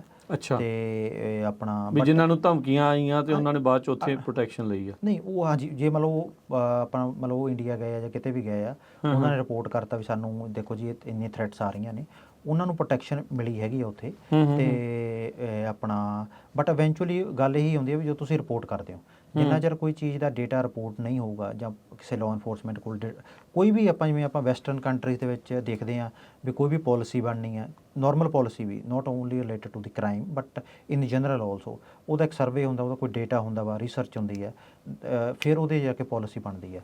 ਜਿੰਨਾ ਕਿਸੇ ਵੀ ਕ੍ਰਾਈਮ ਦੇ ਉੱਤੇ ਕੋਈ ਐਕਸ਼ਨ ਤਾਈਓ ਹੁੰਦਾ ਵੀ ਜੇ ਉਹਦਾ ਜੇ ਮੰਨ ਲਓ ਆਪਾਂ ਦੇਖਦੇ ਹਾਂ ਵੀ ਐਕਸਟੋਰਸ਼ਨ ਕ੍ਰਾਈਮ ਦੇ ਵਿੱਚ ਡਾਟਾ ਸਿਰਫ ਸੈਨ ਵੋਕਿਨ ਕਾਉਂਟੀ ਤੋਂ ਸਾਨੂੰ ਮਿਲਿਆ, ਫ੍ਰੈਜ਼ਨੋ ਤੇ ਸਾਨੂੰ ਹੋਰ ਇੱਕ ਜੋ ਜਗ੍ਹਾ ਤੋਂ ਨਹੀਂ ਡਾਟਾ ਮਿਲਿਆ, ਇਹਦਾ ਮਤਲਬ ਜੇ ਉਹ ਫਿਰ ਉੱਥੇ ਪਾਲਿਸੀ ਕਿਵੇਂ ਬਣੂਗੀ? ਜਾਂ ਮੰਨ ਲਓ ਵੀ ਜੇ ਰਿਪੋਰਟ ਹੀ ਨਹੀਂ, ਜੇ ਰਿਪੋਰਟ ਹੀ ਨਹੀਂ ਹੋਊਗਾ, ਜਦੋਂ ਮੰਨ ਲਓ ਕੋਈ ਦੂਸਰਾ ਬੰਦਾ ਦੇਖੂਗਾ ਉਹ ਕਹੂਗਾ ਵੀ ਇਸ ਕ੍ਰਾਈਮ ਦਾ ਮੈਗਨੀਟਿਊਡ ਤਾਂ ਬਹੁਤ ਘੱਟ ਹੈ, ਬਟ ਜਿਹੜੀ ਅੰਡਰ ਰਿਪੋਰਟ ਹੋ ਰਹੀ ਹੈ ਜਾਂ ਜਿਹੜੀ ਲੋਕਾਂ ਦੇ ਘਰਾਂ 'ਚ ਪ੍ਰੋਬਲਮ ਆ ਰਹੀ ਹੈ ਲੋਕਾਂ ਨੂੰ, ਉਹ ਤਾਂ ਹੀ ਉਹ ਕੋਈ ਬੰਦਾ ਹੱਲ ਹੋਊਗਾ ਜੇ ਦੱਸੋਗੇ, ਜੇ ਬੰਦਾ ਉਹਨਾਂ ਨੂੰ ਰਿਪੋਰਟ ਕਰੂਗਾ।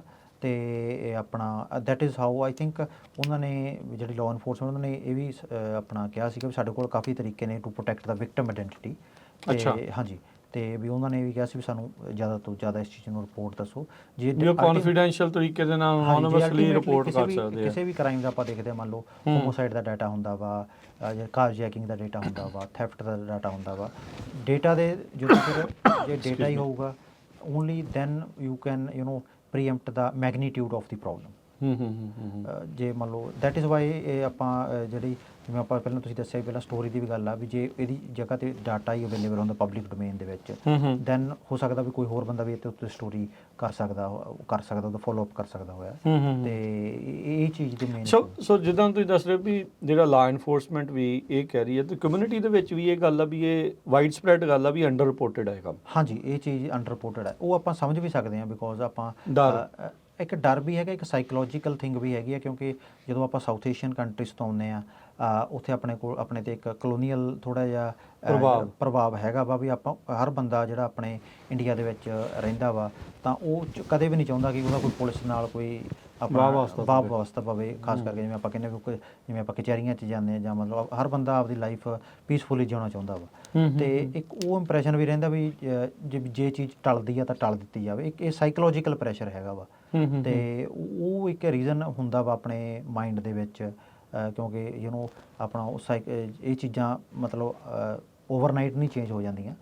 ਜਿਵੇਂ ਇਹ ਚੀਜ਼ ਆਪਣੇ ਤੇ ਵੀ ਲਾਗੂ ਹੋ ਸਕਦੀ ਹੈ ਕਿ ਮਤਲਬ ਕੋਈ ਵੀ ਨਹੀਂ ਚਾਹੁੰਦਾ ਕਿ ਮੇਰਾ ਕੋਈ ਪੁਲਿਸ ਨਾਲ ਵਾਸਤਾ ਪਵੇ ਜਾਂ ਮੇਰੀ ਲਾਈਫ 'ਚ ਕੋਈ ਵੀ ਟ੍ਰੈਵੈਸਟੀ ਆਵੇ ਜਿਹਦੇ ਨਾਲ ਕਰਕੇ ਮੇਰੀ ਫੈਮਿਲੀ ਡਿਸਟਰਬ ਹੋਵੇ ਜਾਂ ਮੇਰੇ ਰਿਲੇਟਿਵ ਡਿਸਟਰਬ ਹੋਣ। ਉਹ ਚੀਜ਼ ਦਾ ਸਾਡੇ ਤੇ ਸਾਈਕੋਲੋਜੀਕਲ ਪ੍ਰੈਸ਼ਰ ਰਹਿੰਦਾ ਹੀ ਹੈ ਜੀ। ਜਦੋਂ ਤੁਸੀਂ ਇਹ ਰਿਪੋਰਟਿੰਗ ਕਰ ਰਹੇ ਸੀ, ਕਿਹੜੀ ਇੱਕ ਚੀਜ਼ ਆ ਜਿਹੜੀ ਸੁਣਨ ਵਾਲੇ ਜਾਂ ਦੇਖਣ ਵਾਲੇ ਆ ਉਹ ਸੁਣ ਕੇ ਅਚੰਭਿਤ ਹੋਣਗੇ, ਸਰਪ੍ਰਾਈਜ਼ ਹੋਣਗੇ ਵੀ ਆਹ ਚੀਜ਼ਾਂ ਜਿਹੜੀਆਂ ਇਸ ਤੇ ਬਿਹਾਈਂਡ ਦਾ ਸੀਨਸ ਆ ਕੁਝ ਚੱਲ ਰਿਹਾ? ਦੇਖੋ ਆਪਣਾ since you are aware that ਮੈਂ ਕੁਝ ਵਿਕਟਮਸ ਦੀਆਂ ਗੱਲਾਂ ਨਹੀਂ ਦੱਸ ਸਕਦਾ, ਬਟ ਜਿੰਨਾ ਉਹਨਾਂ ਨੇ ਮੈਨੂੰ ਦੱਸਿਆ, ਦੇਖੋ ਉਹ ਵਾਈਡ ਸਪਰੈਡ ਪ੍ਰੋਬਲਮ ਸੀਗੀ ਕੈਲੀਫੋਰਨੀਆ ਦੇ ਵਿੱਚ। ਤੇ ਜਿੰਨਾ ਨਜ਼ਰ ਆ ਰਿਹਾ ਉਸ ਤੋਂ ਜ਼ਿਆਦਾ ਵਾ ਉਹ ਚੀਜ਼ ਆਪਣਾ ਮੈਨੂੰ ਪਹਿਲੀ ਵਾਰ ਪਤਾ ਲੱਗੀ, ਮਤਲਬ ਮੈਨੂੰ ਪਤਾ ਸੀਗਾ ਬਟ ਉਸ ਜਿਹੜਾ ਉਹ ਗੱਲ ਪੁਸ਼ਟ ਹੋ ਗਈ ਜਦੋਂ ਗੱਲਾਂ ਜਦੋਂ ਤੁਸੀਂ ਗੱਲ ਕਰਦੇ ਹੋ ਤਾਂ ਕਿਵੇਂ ਲੋਕਾਂ ਤੋਂ ਪੈਸਾ ਮੰਗਿਆ ਜਾਂਦਾ ਤੇ ਕਿਵੇਂ ਉਹ ਆਪਦੀ ਜਾਨ ਛਡਾਉਂਦੇ ਆ, ਕਿਵੇਂ ਉਸ ਚੀਜ਼ ਨੂੰ ਡੀਲ ਕਰਦੇ, ਜਿਹੜਾ ਉਹ ਟਰੋਮਾ ਵਿਕਟਮਸ ਫੇਸ ਕਰ ਰਹੇ ਆ, ਉਹ ਚੀਜ਼ ਆਪਣਾ ਜ਼ਿਆਦਾਤਰ ਕਾਲਸ ਹੀ ਆਉਂਦੀਆਂ। ਹਾਂਜੀ, ਜ਼ਿਆਦਾਤਰ ਕਾਲਸ ਹੀ WhatsApp ਕਾਲ ਆ ਜਾਂਦੀਆਂ। WhatsApp ਕਾਲ ਹੀ ਦੱਸਿਆ ਸੀਗਾ ਸਾਨੂੰ, ਆਪਣਾ WhatsApp ਕਾਲ ਆ ਗਈ ਜਾਂ ਕਿ ਅਨਨੋਨ ਨੰਬਰ ਤੋਂ ਕੋਈ ਇੱਕ ਜਿਵੇਂ ਆਪਾਂ ਕਹਿੰਦੇ ਮੈਸੇਜ ਵੌਇਸ ਨੋਟ ਆ ਗਿਆ, ਤੇ ਉਹੀ ਚੀਜ਼ ਇਹਨਾਂ ਨੂੰ ਪ੍ਰੀਐਮਪਟ ਕਰ ਰਹੀ। ਜਿਹੜਾ ਇੱਕ ਵਿਕਟਮ ਦਾ ਅਸੀਂ ਦੱਸਿਆ ਵੀ ਉਹਨੂੰ ਤਾਂ 2 ਮਹੀਨੇ ਤੋਂ ਕਾਲਾਂ ਆ ਰਹੀਆਂ ਸੀਗੀਆਂ, ਆਪਣਾ ਗੋਲੀਆਂ ਵੀ ਚੱਲੀਆਂ ਜੋ ਆਪਾਂ ਕੈਨੇਡਾ ਦੇ ਵਿੱਚ ਦੇਖਦੇ ਆ। ਆਈ ਥਿੰਕ ਉਹ US ਦੇ ਵਿੱਚ ਨਹੀਂ ਹੈਗਾ, ਇੱਕ ਕੋਈ ਆਈਸੋਲੇਟਡ ਇਨਸੀਡੈਂਟ ਹੋਵੇ ਉਹਦੇ ਬਾਰੇ ਤਾਂ ਮੈਂ ਕਹਿ ਨਹੀਂ ਸਕਦਾ, ਬਟ ਜਿਹੜਾ ਹੈਗਾ ਬਟ ਜਿਵੇਂ ਕੈਨੇਡਾ ਦੇ ਵਿੱਚ ਜਿਵੇਂ ਆਪਾਂ ਨੂੰ ਪਤਾ ਕਿ ਉੱਥੇ ਜਿਹੜੇ ਲਾਅਸ ਨੇ ਉਹ ਵੀਕ ਨੇ, ਮਤਲਬ ਇਸ ਸੰਬੰਧ 'ਚ ਹਾਂਜੀ, ਸਿੰਸ ਉਹਨਾਂ ਦੀਆਂ ਆਪਦੀਆਂ ਜਸਟੀਫਿਕੇਸ਼ਨਸ ਨੇ, ਕੈਨੇਡੀਅਨ ਲਾਅ ਇਨਫੋਰਸਮੈਂਟ ਏਜੰਸੀ ਦੀਆਂ ਜਾਂ Canada the society is different society, but US ਦੇ ਵਿੱਚ ਜਿਵੇਂ ਸਿਕਿਉਰਿਟੀ ਜਿਹੜੇ ਇਸ਼ੂਜ਼ ਨੇ ਉਹਨਾਂ ਨੂੰ ਬਹੁਤ ਸੀਰੀਅਸਲੀ ਲਿਆ ਜਾਂਦਾ ਵਾ। ਆਪਾਂ ਨੂੰ ਪਤਾ ਹੀ ਹੈ ਜਿਹੜੀਆਂ ਵੈਨ ਇਟ ਕਮਸ ਟੂ ਜਦੋਂ ਪਬਲਿਕ ਸੇਫਟੀ ਦੀ ਗੱਲ ਹੁੰਦੀ ਪਬਲਿਕ ਸੇਫਟੀ ਦੀ ਗੱਲ ਹੋ ਜੇ, ਜਾਂ ਉਹਨਾਂ ਨੂੰ ਲੱਗਦਾ ਵੀ ਇਹ ਚੀਜ਼ ਕੱਲ੍ਹ ਨੂੰ ਇੱਕ ਵੱਡਾ ਥ੍ਰੈਟ ਬਣ ਸਕਦੀ ਹੈ ਕੰਟਰੀ ਲਈ, ਤਾਂ US ਸਿਕਿਉਰਿਟੀਜ਼ ਏਜੰਸੀਜ਼ ਦੇ ਲਈ ਤਾਂ ਇੱਕ ਮਤਲਬ ਦੇ ਟੁੱਕ as a challenge security issues ਨੂੰ ਲੈ ਕੇ, ਜਿਹੜਾ ਆਪਾਂ ਓਵਰਆਲ ਦੇਖਦੇ ਹਾਂ US ਨੂੰ। ਅਤੇ ਉਹਨਾਂ ਨੇ ਇਸ ਨੂੰ ਸ਼ੂਟਿੰਗਸ ਇੱਥੇ ਨਹੀਂ ਹੋਈਆਂ ਐਜ਼ ਸੱਚ। ਇੱਕ ਜਿਵੇਂ ਮੈਂ ਦੱਸਿਆ ਵੀ ਉਹ ਜਿਹੜੀਆਂ ਹੋਮੋਸਾਈਡਸ ਦੀਆਂ ਜਿਹੜੀਆਂ ਇੰਟਰ ਰਾਈਵਲਰੀ ਵਾਲੀਆਂ ਤਾਂ ਹੋਈਆਂ ਸੀਗੀਆਂ, ਪਰ ਐਕਸਟੋਰਸ਼ਨ ਵਾਲੀਆਂ ਸ਼ੂਟਿੰਗਸ ਕੋਈ ਆਈਸੋਲੇਟ ਕੇਸ ਹੋਵੇ ਉਹਦੇ ਬਾਰੇ ਮੈਂ ਨਹੀਂ ਕੁਝ ਕਹਿ ਸਕਦਾ, ਪਰ ਇਨ ਜਨਰਲ ਉਹ ਟ੍ਰੈਂਡ ਨਹੀਂ ਹੈਗਾ ਸਾਡੇ ਇੱਥੇ US ਦੇ ਵਿੱਚ। ਨਹੀਂ ਬਿਲਕੁਲ। ਐਂਡ ਈਵਨ ਦੋ ਹਾਂਜੀ, ਮੈਂ ਕਿਉਂਕਿ ਇਹ ਗੱਲ ਮੈਨੂੰ ਇੱਕ ਡਿਟੈਕਟਿਵ ਨੇ ਦੱਸੀ ਸੀਗੀ ਕਿ ਜੇ ਮੰਨ ਲਓ ਸ਼ੂਟਿੰਗ ਹੋਊਗੀ ਤਾਂ ਦੇ ਵਿਲ ਉਹ ਲਾਅ ਇਨਫੋਰਸਮੈਂਟ ਏਜੰਸੀ ਦੀ ਅਟਰੈਕਸ਼ਨ ਕੈਚ ਕਰੂਗੀ, ਉਹ ਇਨਵੋਲਵ ਕਰੂਗੀ। ਮੰਨ ਲਓ ਕੋਈ ਇੱਕ ਅੰਡਰ ਦਾ ਕਾਰਪੈਟ ਕੋਈ ਕ੍ਰਾਈਮ ਹੋ ਰਿਹਾ, ਜਾਂ ਛੋਟੀ ਅਮਾਊਂਟ 'ਚ ਹੋ ਰਿਹਾ ਜਾਂ ਵੱਡੀ ਅਮਾਊਂਟ 'ਚ ਹੋ ਰਿਹਾ, ਚੋਪਰ ਇਹ ਇੱਕ ਟੈਕਟਿਕ ਵੀ ਆ ਐਕਸਟੋਰਸ਼ਨਿਸਟ ਦਾ, ਜਾਣ ਕੇ ਛੋਟੀ ਅਮਾਉਂਟ ਇਹ ਸਾਨੂੰ ਇਹ ਮੈਨੂੰ ਆਪਣੇ ਜਿਹੜੇ ਸੈਨਵੋਕਿਨ ਕਾਉਂਟੀ ਦੇ ਸ਼ੈਰਿਫ ਨੇ ਪੈਟਰਿਕ ਵਿਦਰੋ, ਉਹਨਾਂ ਨੇ ਇਹ ਦੱਸੀ ਸੀ ਵੀ ਜਿਹੜਾ ਆਪਣਾ ਜਿਹੜੇ ਕਈ ਵਾਰੀ ਸਟਾਰਟ ਕਰਦੇ ਨੇ $5,000-7,000 ਤੋਂ ਸਟਾਰਟ ਕਰਦੇ ਨੇ, ਉਹਨਾਂ ਨੂੰ ਉਹ ਇਹ ਹੁੰਦਾ ਵੀ ਚਲੋ ਬੰਦੇ ਨੂੰ ਲੱਗਦਾ ਵੀ ਚਲੋ ਮੈਂ ਜੇ $5,000-7,000 ਦੇ ਕੇ ਮੇਰਾ ਖਹਿੜਾ ਛੁੱਟਦਾ ਤਾਂ ਛੁੱਟ ਜਾਵੇ, ਬਟ ਉਹ ਇਵੈਂਚੁਅਲੀ ਉਹਨਾਂ ਨੂੰ ਇਹ ਲੱਗਦਾ ਵੀ ਅਸੀਂ ਟਾਈਮਲੀ ਸੋਲਵ ਕਰ ਲਿਆ, ਪਰ ਕਾਫੀ ਵਾਰ ਉਹ ਫਿਰ ਬੰਦਾ ਦੁਬਾਰਾ ਆ ਜਾਂਦਾ ਵਾ। ਸੋ ਮੇਨ ਤੁਹਾਡੀ ਗੱਲ ਦੇ ਵਿੱਚ ਜਿਸਟ ਜੇ ਆਪਾਂ ਕੱਢਣੀ ਹੋਵੇ ਤਾਂ ਇਹ ਆ ਵੀ ਹੋ ਰਹੀਆਂ ਇਹ ਚੀਜ਼ਾਂ ਪਰ ਰਿਪੋਰਟ ਨਹੀਂ ਹੋ ਰਹੀਆਂ, ਜਿਹਦੇ ਕਰਕੇ ਜਿਹੜੀ ਲਾਅ ਇਨਫੋਰਸਮੈਂਟ ਉਹ ਐਕਸ਼ਨ ਲੈਣ 'ਚ ਨਾਕਾਮਯਾਬ ਆ। ਹਾਂਜੀ, ਜਿੰਨਾ ਕੁ ਉਹਨਾਂ 'ਤੇ ਜਿਹੜੀ ਚੀਜ਼ ਰਿਪੋਰਟ ਹੋ ਰਹੀ ਹੈ ਉਹਦੇ ਲਈ ਤਾਂ ਫਿਰ ਉਹ ਲਾਇਬਲ ਨੇ ਉਸ ਬੰਦੇ ਦੀ ਸਿਕਿਉਰਿਟੀ ਸੇਫਟੀ ਦੇ ਲਈ। ਮੰਨ ਲਓ ਵੀ ਕੱਲ੍ਹ ਨੂੰ ਕੋਈ ਬੰਦਾ ਕੋਈ ਕਮਿਊਨਿਟੀ ਦੇ ਓਵਰਆਲ ਹਾਲਾਤਾਂ ਦੇ ਲਈ ਵੀ ਉਹ, ਕਿਉਂਕਿ ਇੱਕ ਚੀਜ਼ ਨੂੰ ਇੰਪੈਕਟ ਕਰਦਾ ਸਾਰਿਆਂ ਨੂੰ ਹੀ ਕਰਦਾ ਹੈ। ਅਤੇ ਆਪਣਾ ਇਹੀ ਉਹਨਾਂ ਨੇ ਸਾਨੂੰ ਵਾਰ-ਵਾਰ ਸਾਰੇ ਆਪਣੇ ਜਿਹੜੇ ਜਿੰਨੇ ਵੀ ਅਸੀਂ ਇਹਨੂੰ ਰੀਚ ਆਊਟ ਕੀਤਾ ਉਹਨਾਂ ਨੇ ਇਹੀ ਕਿਹਾ ਕਿ it is under reported crime.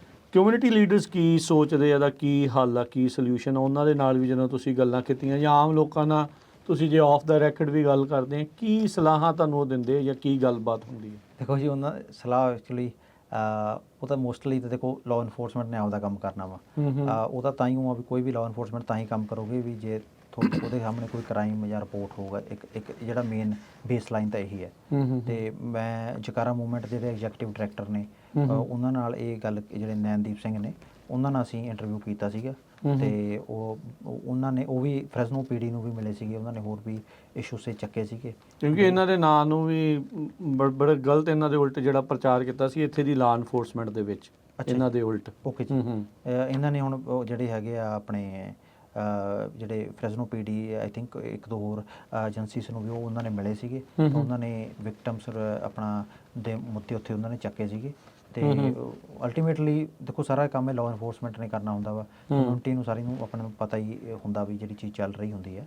ਅਤੇ ਮੈਂ ਉਹਨਾਂ ਨਾਲ ਹੀ ਇੰਟਰਵਿਊ ਕੀਤਾ ਸੀ, ਅਤੇ ਉਹਨਾਂ ਨੇ ਉਹਨਾਂ ਦਿਨਾਂ ਵਿੱਚ ਉਹ ਇੱਕ ਵਫਦ ਲੈ ਕੇ ਮਿਲੇ ਵੀ ਸੀਗੇ ਫਰੈਜ਼ਨੋ PD ਨੂੰ। ਅੱਛਾ, ਗਗਨਦੀਪ ਸਿੰਘ, ਹੁਣ ਜਿੱਦਾਂ ਵਿਕਟਮਸ ਆ ਉਹ ਕਹਿੰਦੇ ਵੀ ਸਾਨੂੰ ਇਸ ਤਰੀਕੇ ਦਾ ਖਤਰਾ, ਉਸ ਤਰੀਕੇ ਦਾ ਖਤਰਾ, ਵਿਕਟਮ ਕਿਸ ਤਰੀਕੇ ਦਾ ਆ? ਇਜ਼ ਦੈਟ ਸਮਥਿੰਗ ਵੀ ਜਿਹੜਾ ਕੋਈ ਜ਼ਿਆਦਾ ਅਮੀਰ ਆ ਉਹਦੇ ਪਿੱਛੇ ਜਾ ਰਹੇ ਆ ਜਾਂ ਕਿਸੇ ਨੂੰ ਵੀ ਕਾਲ ਆ ਰਹੀ ਹੈ? ਤਾਂ ਦੇਖੋ ਇਹ ਕੈਟੇਗਰਾਈਜ਼ ਕਰਨੀ ਸਾਡੇ ਲਈ ਬਹੁਤ ਔਖਾ ਹੋ ਜਾਂਦਾ ਵਾ ਵੀ, ਕਿਉਂਕਿ ਜਿੰਨੇ ਕੁ ਨਾ ਇੱਕ ਦੋ ਆਈ ਵੁੱਡ ਸੇ ਵੀ ਜਿੰਨੇ ਨਾਲ ਵੀ ਅਸੀਂ ਗੱਲ ਕੀਤੀ ਉਹਨਾਂ 'ਚੋਂ ਮੋਸਟਲੀ ਬਿਜ਼ਨਸਮੈਨ ਸੀਗੇ।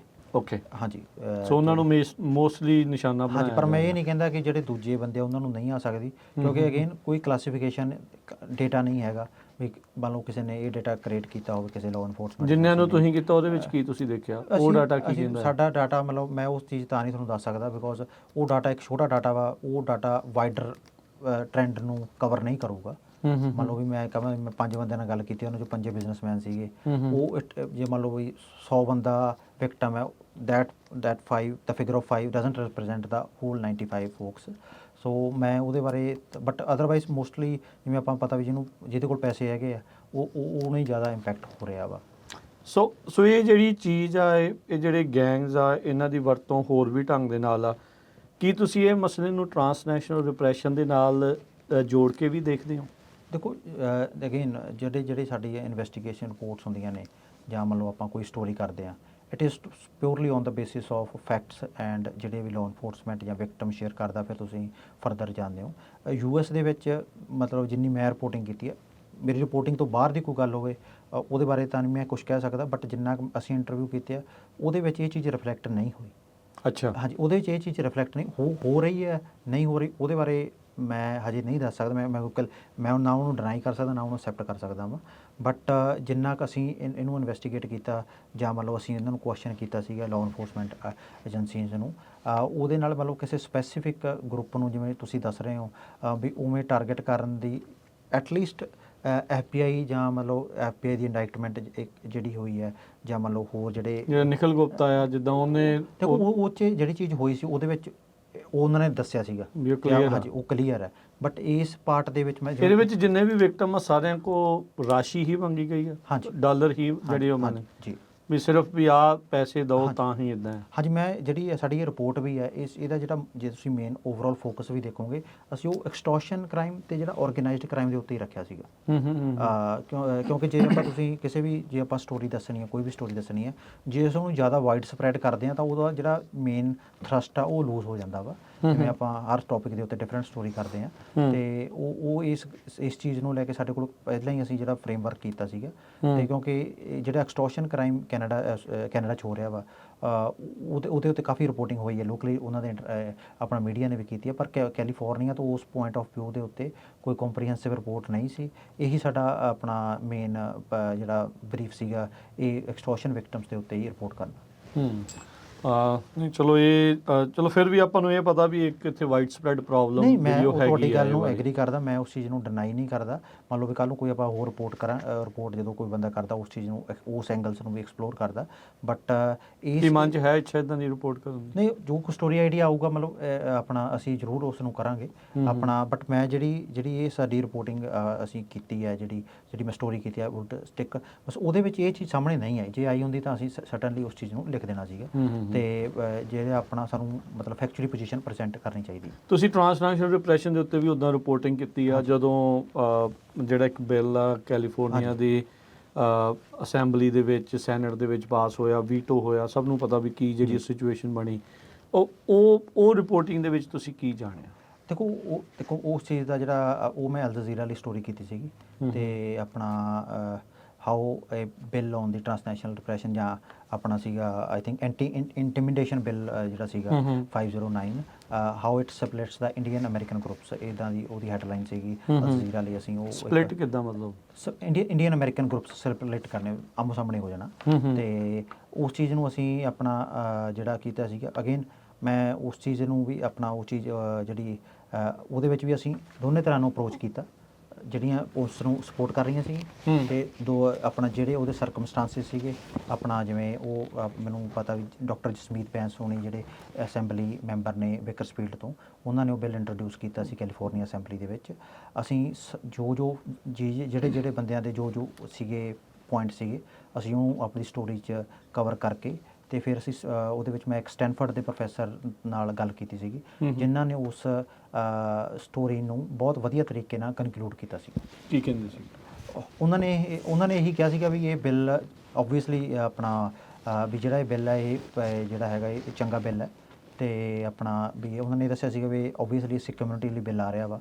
ਤੇ ਦੈਨ ਉਹਨਾਂ ਨੇ ਫਰਦਰ ਕਿਹਾ ਸੀਗਾ ਵੀ ਜਿਵੇਂ ਮੈਂ ਹੁਣ ਬਿਕੋਜ਼ ਉਹ ਲਾਸਟ ਈਅਰ ਕੀਤੀ ਸੀਗੀ ਸਟੋਰੀ ਆਈ ਥਿੰਕ ਸੈਪਟੰਬਰ ਤੇ ਉਹਨਾਂ ਨੇ, ਬਟ ਉਹਨੂੰ ਆਈ ਵੁੱਡ ਸੇ ਉਹਨਾਂ ਨੇ ਕਾਫੀ ਓਵਰਆਲ ਬਹੁਤ ਵਧੀਆ ਤਰੀਕੇ ਨਾਲ ਇੰਪਾਰਸ਼ੀਅਲ ਹੋ ਕੇ ਉਹਨਾਂ ਨੇ ਆਪਣਾ ਉਹਨੂੰ ਕਨਕਲੂਡ ਕੀਤਾ ਸੀਗਾ ਬਿੱਲ ਨੂੰ। ਤੇ ਜਿਹੜੀ ਉਸ ਬਿੱਲ ਦੀ ਜਿਸਟ ਸੀਗੀ ਤਾਂ ਉਹਨੂੰ ਉਹਨਾਂ ਨੇ ਇੰਡੋਰਸ ਕੀਤਾ ਸੀਗਾ ਵੀ ਉਹਦੇ ਹੱਕ ਦੇ ਵਿੱਚ ਸੀਗੇ। ਹਾਂਜੀ, ਬਟ ਆਪਾਂ ਨੂੰ ਪਤਾ ਵੀ ਜਿਹੜੇ ਕੈਲੀਫੋਰਨੀਆ ਦੇ ਜਿਹੜੇ ਗਵਰਨਰ ਉਹਨਾਂ ਨੇ ਇਵੈਂਚੁਅਲੀ ਇਸ ਬਿੱਲ ਨੂੰ ਵੀਟੋ ਕਰ ਦਿੱਤਾ ਸੀ। ਉਹਦੇ ਉੱਤੇ ਚਲੋ ਮੈਂ ਅਪਡੇਟ ਥੋੜ੍ਹੀ ਜਿਹੀ ਇਹ ਦੱਸ ਦਿੰਦਾ ਵੀ ਇੱਕ ਟ੍ਰਾਂਸਨੈਸ਼ਨਲ ਰਿਪਰੈਸ਼ਨ ਨੂੰ ਲੈ ਕੇ CAL-OES office of emergency services, ਉਹਦੇ ਵਿੱਚ ਇੱਕ ਵਿਸ਼ੇਸ਼ ਕੋਰਸ ਜਿਹੜਾ ਲਾਅ ਇਨਫੋਰਸਮੈਂਟ ਦੇ ਲਈ ਆਉਂਦੇ ਸਾਲ ਦੇ ਵਿੱਚ ਜਾਂ ਇਸ ਸਾਲ ਦੇ ਅਖੀਰ ਤੱਕ ਜਿਹੜਾ ਉਹ ਸ਼ੁਰੂ ਹੋਣ ਦੀ ਉਮੀਦ ਆ। ਮੇਰੀ ਰੀਸੈਂਟਲੀ ਗੱਲਬਾਤ ਹੋਈ ਸੀ ਸਿੱਖ ਕੋਲੀਸ਼ਨ ਵਾਲਿਆਂ ਦੇ ਨਾਲ, ਉਹਨਾਂ ਨੇ ਮੈਨੂੰ ਇਹ ਜਾਣਕਾਰੀ ਦਿੱਤੀ ਸੀਗੀ ਵੀ ਜਿਹੜਾ CAL-OES ਆ ਉਹ ਇਸ ਦੇ ਉੱਤੇ ਜਿਹੜੀ ਟ੍ਰੇਨਿੰਗ ਜਿਹੜੀ ਉਹ ਦੇਵੇਗਾ।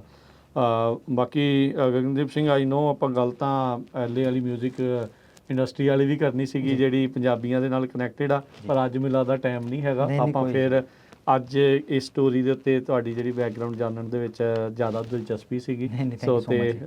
ਬਹੁਤ ਬਹੁਤ ਸ਼ੁਕਰੀਆ। ਜੀ। ਪਰ ਇਹ ਆ ਵੀ ਵੈਲੇ ਟਾਈਮ ਦੇ ਉੱਤੇ ਜਿਹੜੀ ਕੈਲੀਫੋਰਨੀਆ ਦੇ ਵਿੱਚ ਜਿਹੜੀ ਪੰਜਾਬੀ 뮤직 ਇੰਡਸਟਰੀ ਦੇ ਜਿਹੜੇ ਪੈਰ ਹੌਲੀ ਹੌਲੀ ਫੈਲ ਰਹੇ ਆ, ਉਹਦੇ ਬਾਰੇ ਆਉਂਦੇ ਦਿਨਾਂ 'ਚ ਫਿਰ ਆਪਾਂ ਇਹਨਾਂ ਦੇ ਨਾਲ ਗੱਲਬਾਤ ਕਰਾਂਗੇ। ਉਹ ਸਟੋਰੀ ਦੇ ਉੱਤੇ ਵੀ ਜਿਹੜਾ ਇਹਨਾਂ ਦੀ ਜਿਹੜੀ ਰਾਏ ਜਿਹੜੀ ਉਹ ਲਵਾਂਗੇ।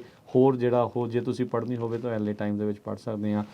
ਗਗਨਦੀਪ ਸਿੰਘ, ਜਾਂਦੇ ਜਾਂਦੇ ਜੇ ਤੁਸੀਂ ਹੋਰ ਕੁਝ ਕਹਿਣਾ ਚਾਹੁੰਦੇ ਆ ਦਰਸ਼ਕਾਂ ਨੂੰ, ਸਰੋਤਿਆਂ ਨੂੰ, ਜੇ ਕੋਈ ਤੁਹਾਡੇ ਵਾਂਗ ਜਰਨਲਿਜ਼ਮ ਦੇ ਵਿੱਚ ਆਉਣਾ ਚਾਹੁੰਦਾ ਆ, ਉਹਨਾਂ ਨੂੰ ਕੀ ਸਲਾਹ ਦੇਣਾ ਚਾਹੁੰਦੇ ਆ? ਮੈਂ ਆਈ ਥਿੰਕ ਮੈਂ ਉਹਨਾਂ ਹਜੇ ਕਾਬਲ ਨਹੀਂ ਹੈਗਾ ਕਿ ਮੈਂ ਕਿਸੇ ਨੂੰ ਸਲਾਹ ਦੇ ਸਕਾਂ, ਬਟ ਇਹ ਤਾਂ ਕੋਈ ਵੀ ਪ੍ਰੋਫੈਸ਼ਨ ਹੈ ਜਾਂ ਜਰਨਲਿਜ਼ਮ ਆ, ਇਹ ਇੱਕ ਪੈਸ਼ਨ ਹੈ।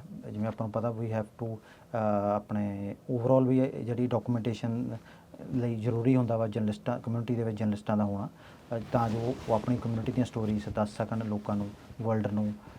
ਕਿਉਂਕਿ ਤੁਸੀਂ ਹੀ ਜਿਹੜਾ ਬੰਦਾ ਕਮਿਊਨਿਟੀ 'ਚ ਹੁੰਦਾ ਉਹੀ ਇੱਕ ਬੈਸਟ ਰਿਸੋਰਸ ਪਰਸਨ ਹੁੰਦਾ ਵਾ ਆਪਦੀ ਕਮਿਊਨਿਟੀ ਦੀਆਂ ਸਟੋਰੀਆਂ ਦੱਸਣ ਨੂੰ, ਬਿਕੋਜ਼ ਉਹ ਚੀਜ਼ਾਂ ਨੂੰ ਬਹੁਤ ਚੰਗੀ ਤਰ੍ਹਾਂ ਸਮਝਦਾ ਵਾ। ਅਤੇ ਹਰ ਕਮਿਊਨਿਟੀ ਦੇ ਵਿੱਚ ਆਪਾਂ ਦੇਖਦੇ ਹਾਂ ਅਮਰੀਕਾ ਦੇ ਵਿੱਚ ਹਰ ਕਮਿਊਨਿਟੀ ਦੇ ਆਪਦੇ ਜਰਨਲਿਸਟ ਨੇ, ਉਹਨਾਂ ਦੀਆਂ ਆਪਦੀਆਂ ਐਸੋਸੀਏਸ਼ਨਸ ਨੇ। ਅਤੇ ਆਈ ਥਿੰਕ ਸਿੱਖ ਕਮਿਊਨਿਟੀ ਥੋੜ੍ਹਾ ਜਿਹਾ ਲੈਕ ਕਰਦੀ ਹੈ ਜਦੋਂ specially in main stream also. ਜਿਵੇਂ ਮੈਂ ਪਿੱਛੇ ਸੈਲਡੈਫ ਦੇ ਇਵੈਂਟ 'ਤੇ ਵੀ ਗਿਆ ਸੀ, ਉੱਥੇ ਵੀ ਮੈਂ ਇਹ ਚੀਜ਼ ਦਾ ਜ਼ਿਕਰ ਕੀਤਾ ਸੀਗਾ। ਕਿਉਂਕਿ ਮੋਸਟਲੀ ਜਿਹੜੇ ਐਡੀਟਰਸ ਹੁੰਦੇ ਆ ਉਹਨਾਂ ਨੂੰ ਜੋ ਆਪਣੀਆਂ ਇਨਰ ਲਾਈਫਸ ਦੇ ਵਿੱਚ ਚੱਲ ਰਿਹਾ ਹੁੰਦਾ ਜਾਂ ਆਪਣੇ ਇਨਰ ਕਮਿਊਨਿਟੀ ਦੇ ਸਰਕਲ ਦੇ ਵਿੱਚ ਚੱਲ ਰਿਹਾ, ਉਹਨਾਂ ਨੂੰ ਨਹੀਂ ਪਤਾ ਹੁੰਦਾ। ਤਾਂ ਹੀ ਉਹ ਆਪਣਾ ਥੋੜ੍ਹਾ ਜਿਹਾ ਉਸ ਪੁਆਇੰਟ ਦੇ ਉੱਤੇ ਕਵਰੇਜ ਘੱਟ ਜਾਂਦੀ ਹੈ ਜਾਂ ਨਹੀਂ ਹੁੰਦੀ, ਖਾਸ ਕਰਕੇ ਜੋ ਮੇਨ ਸਟਰੀਮ ਦੇ ਵਿੱਚ ਤਾਂ ਖਾਸ ਆਪਣਾ ਆਪਾਂ ਦੇਖਦੇ ਹਾਂ। ਬਟ ਜਦੋਂ ਓਨਲੀ ਆਪਾਂ ਦੇਖਦੇ ਹਾਂ ਵੀ ਜਦੋਂ ਥੋੜ੍ਹਾ ਜਿਹਾ ਟ੍ਰੈਜਿਕ ਇਵੈਂਟਸ ਹੁੰਦੇ ਆ ਜਾਂ ਆਪਣੇ 'ਤੇ ਕੋਈ ਪ੍ਰੋਬਲਮ ਆਉਂਦੀ ਆ, ਉਦੋਂ ਹੀ ਆਪਾਂ ਜਿਹੜੀ ਕਵਰੇਜ ਆ ਉਹ ਐਕਸਟਰੈਕਟ ਕਰਦੇ ਹਾਂ। ਮੰਨ ਲਓ ਕਿਸੇ ਨਾਲ ਰੇਸ਼ੀਅਲ ਡਿਸਕ੍ਰਿਮੀਨੇਸ਼ਨ ਹੋ ਜੇ ਜਾਂ ਕੋਈ ਅਟੈਕ ਹੋ ਜੇ, ਉਦੋਂ ਹੀ ਮੋਸਟਲੀ ਕਵਰੇਜ ਹੁੰਦੀ ਹੈ। ਬਟ ਉਸ ਤੋਂ ਬਿਨਾਂ ਵੀ ਆਪਣੀ ਕਵਰੇਜ ਹੋਣੀ ਚਾਹੀਦੀ ਹੈ, ਜਿਵੇਂ ਆਪਣੇ ਫੂਡ ਦੇ ਉੱਤੇ, ਸਾਡੇ ਕਲਚਰ ਦੇ ਉੱਤੇ, ਹੋਰ ਵੀ ਜਿਵੇਂ ਜਿਹੜੀਆਂ ਆਪਣੀਆਂ ਸਟੋਰੀਜ਼ ਨੇ। ਜਿਵੇਂ ਪਿੱਛੇ ਜੇ ਅਸੀਂ ਜਿਵੇਂ ਤੁਸੀਂ ਉਹਦੀ ਸਾਡੀ ਇੰਟਰਵਿਊ ਕੀਤੀ ਸੀਗੀ ਆਪਣੇ ਰਿਲੀਜਨ ਨਿਊਜ਼ ਸਰਵਿਸ ਲਈ, ਅਸੀਂ ਜਦੋਂ ਰਿਪੋਰਟ ਕੀਤਾ ਸੀ ਕਿ how young Sikh Americans women are envisioning their reproductive future, and it was one of its own kind of research which was done by Columbia University student Pavita Singh.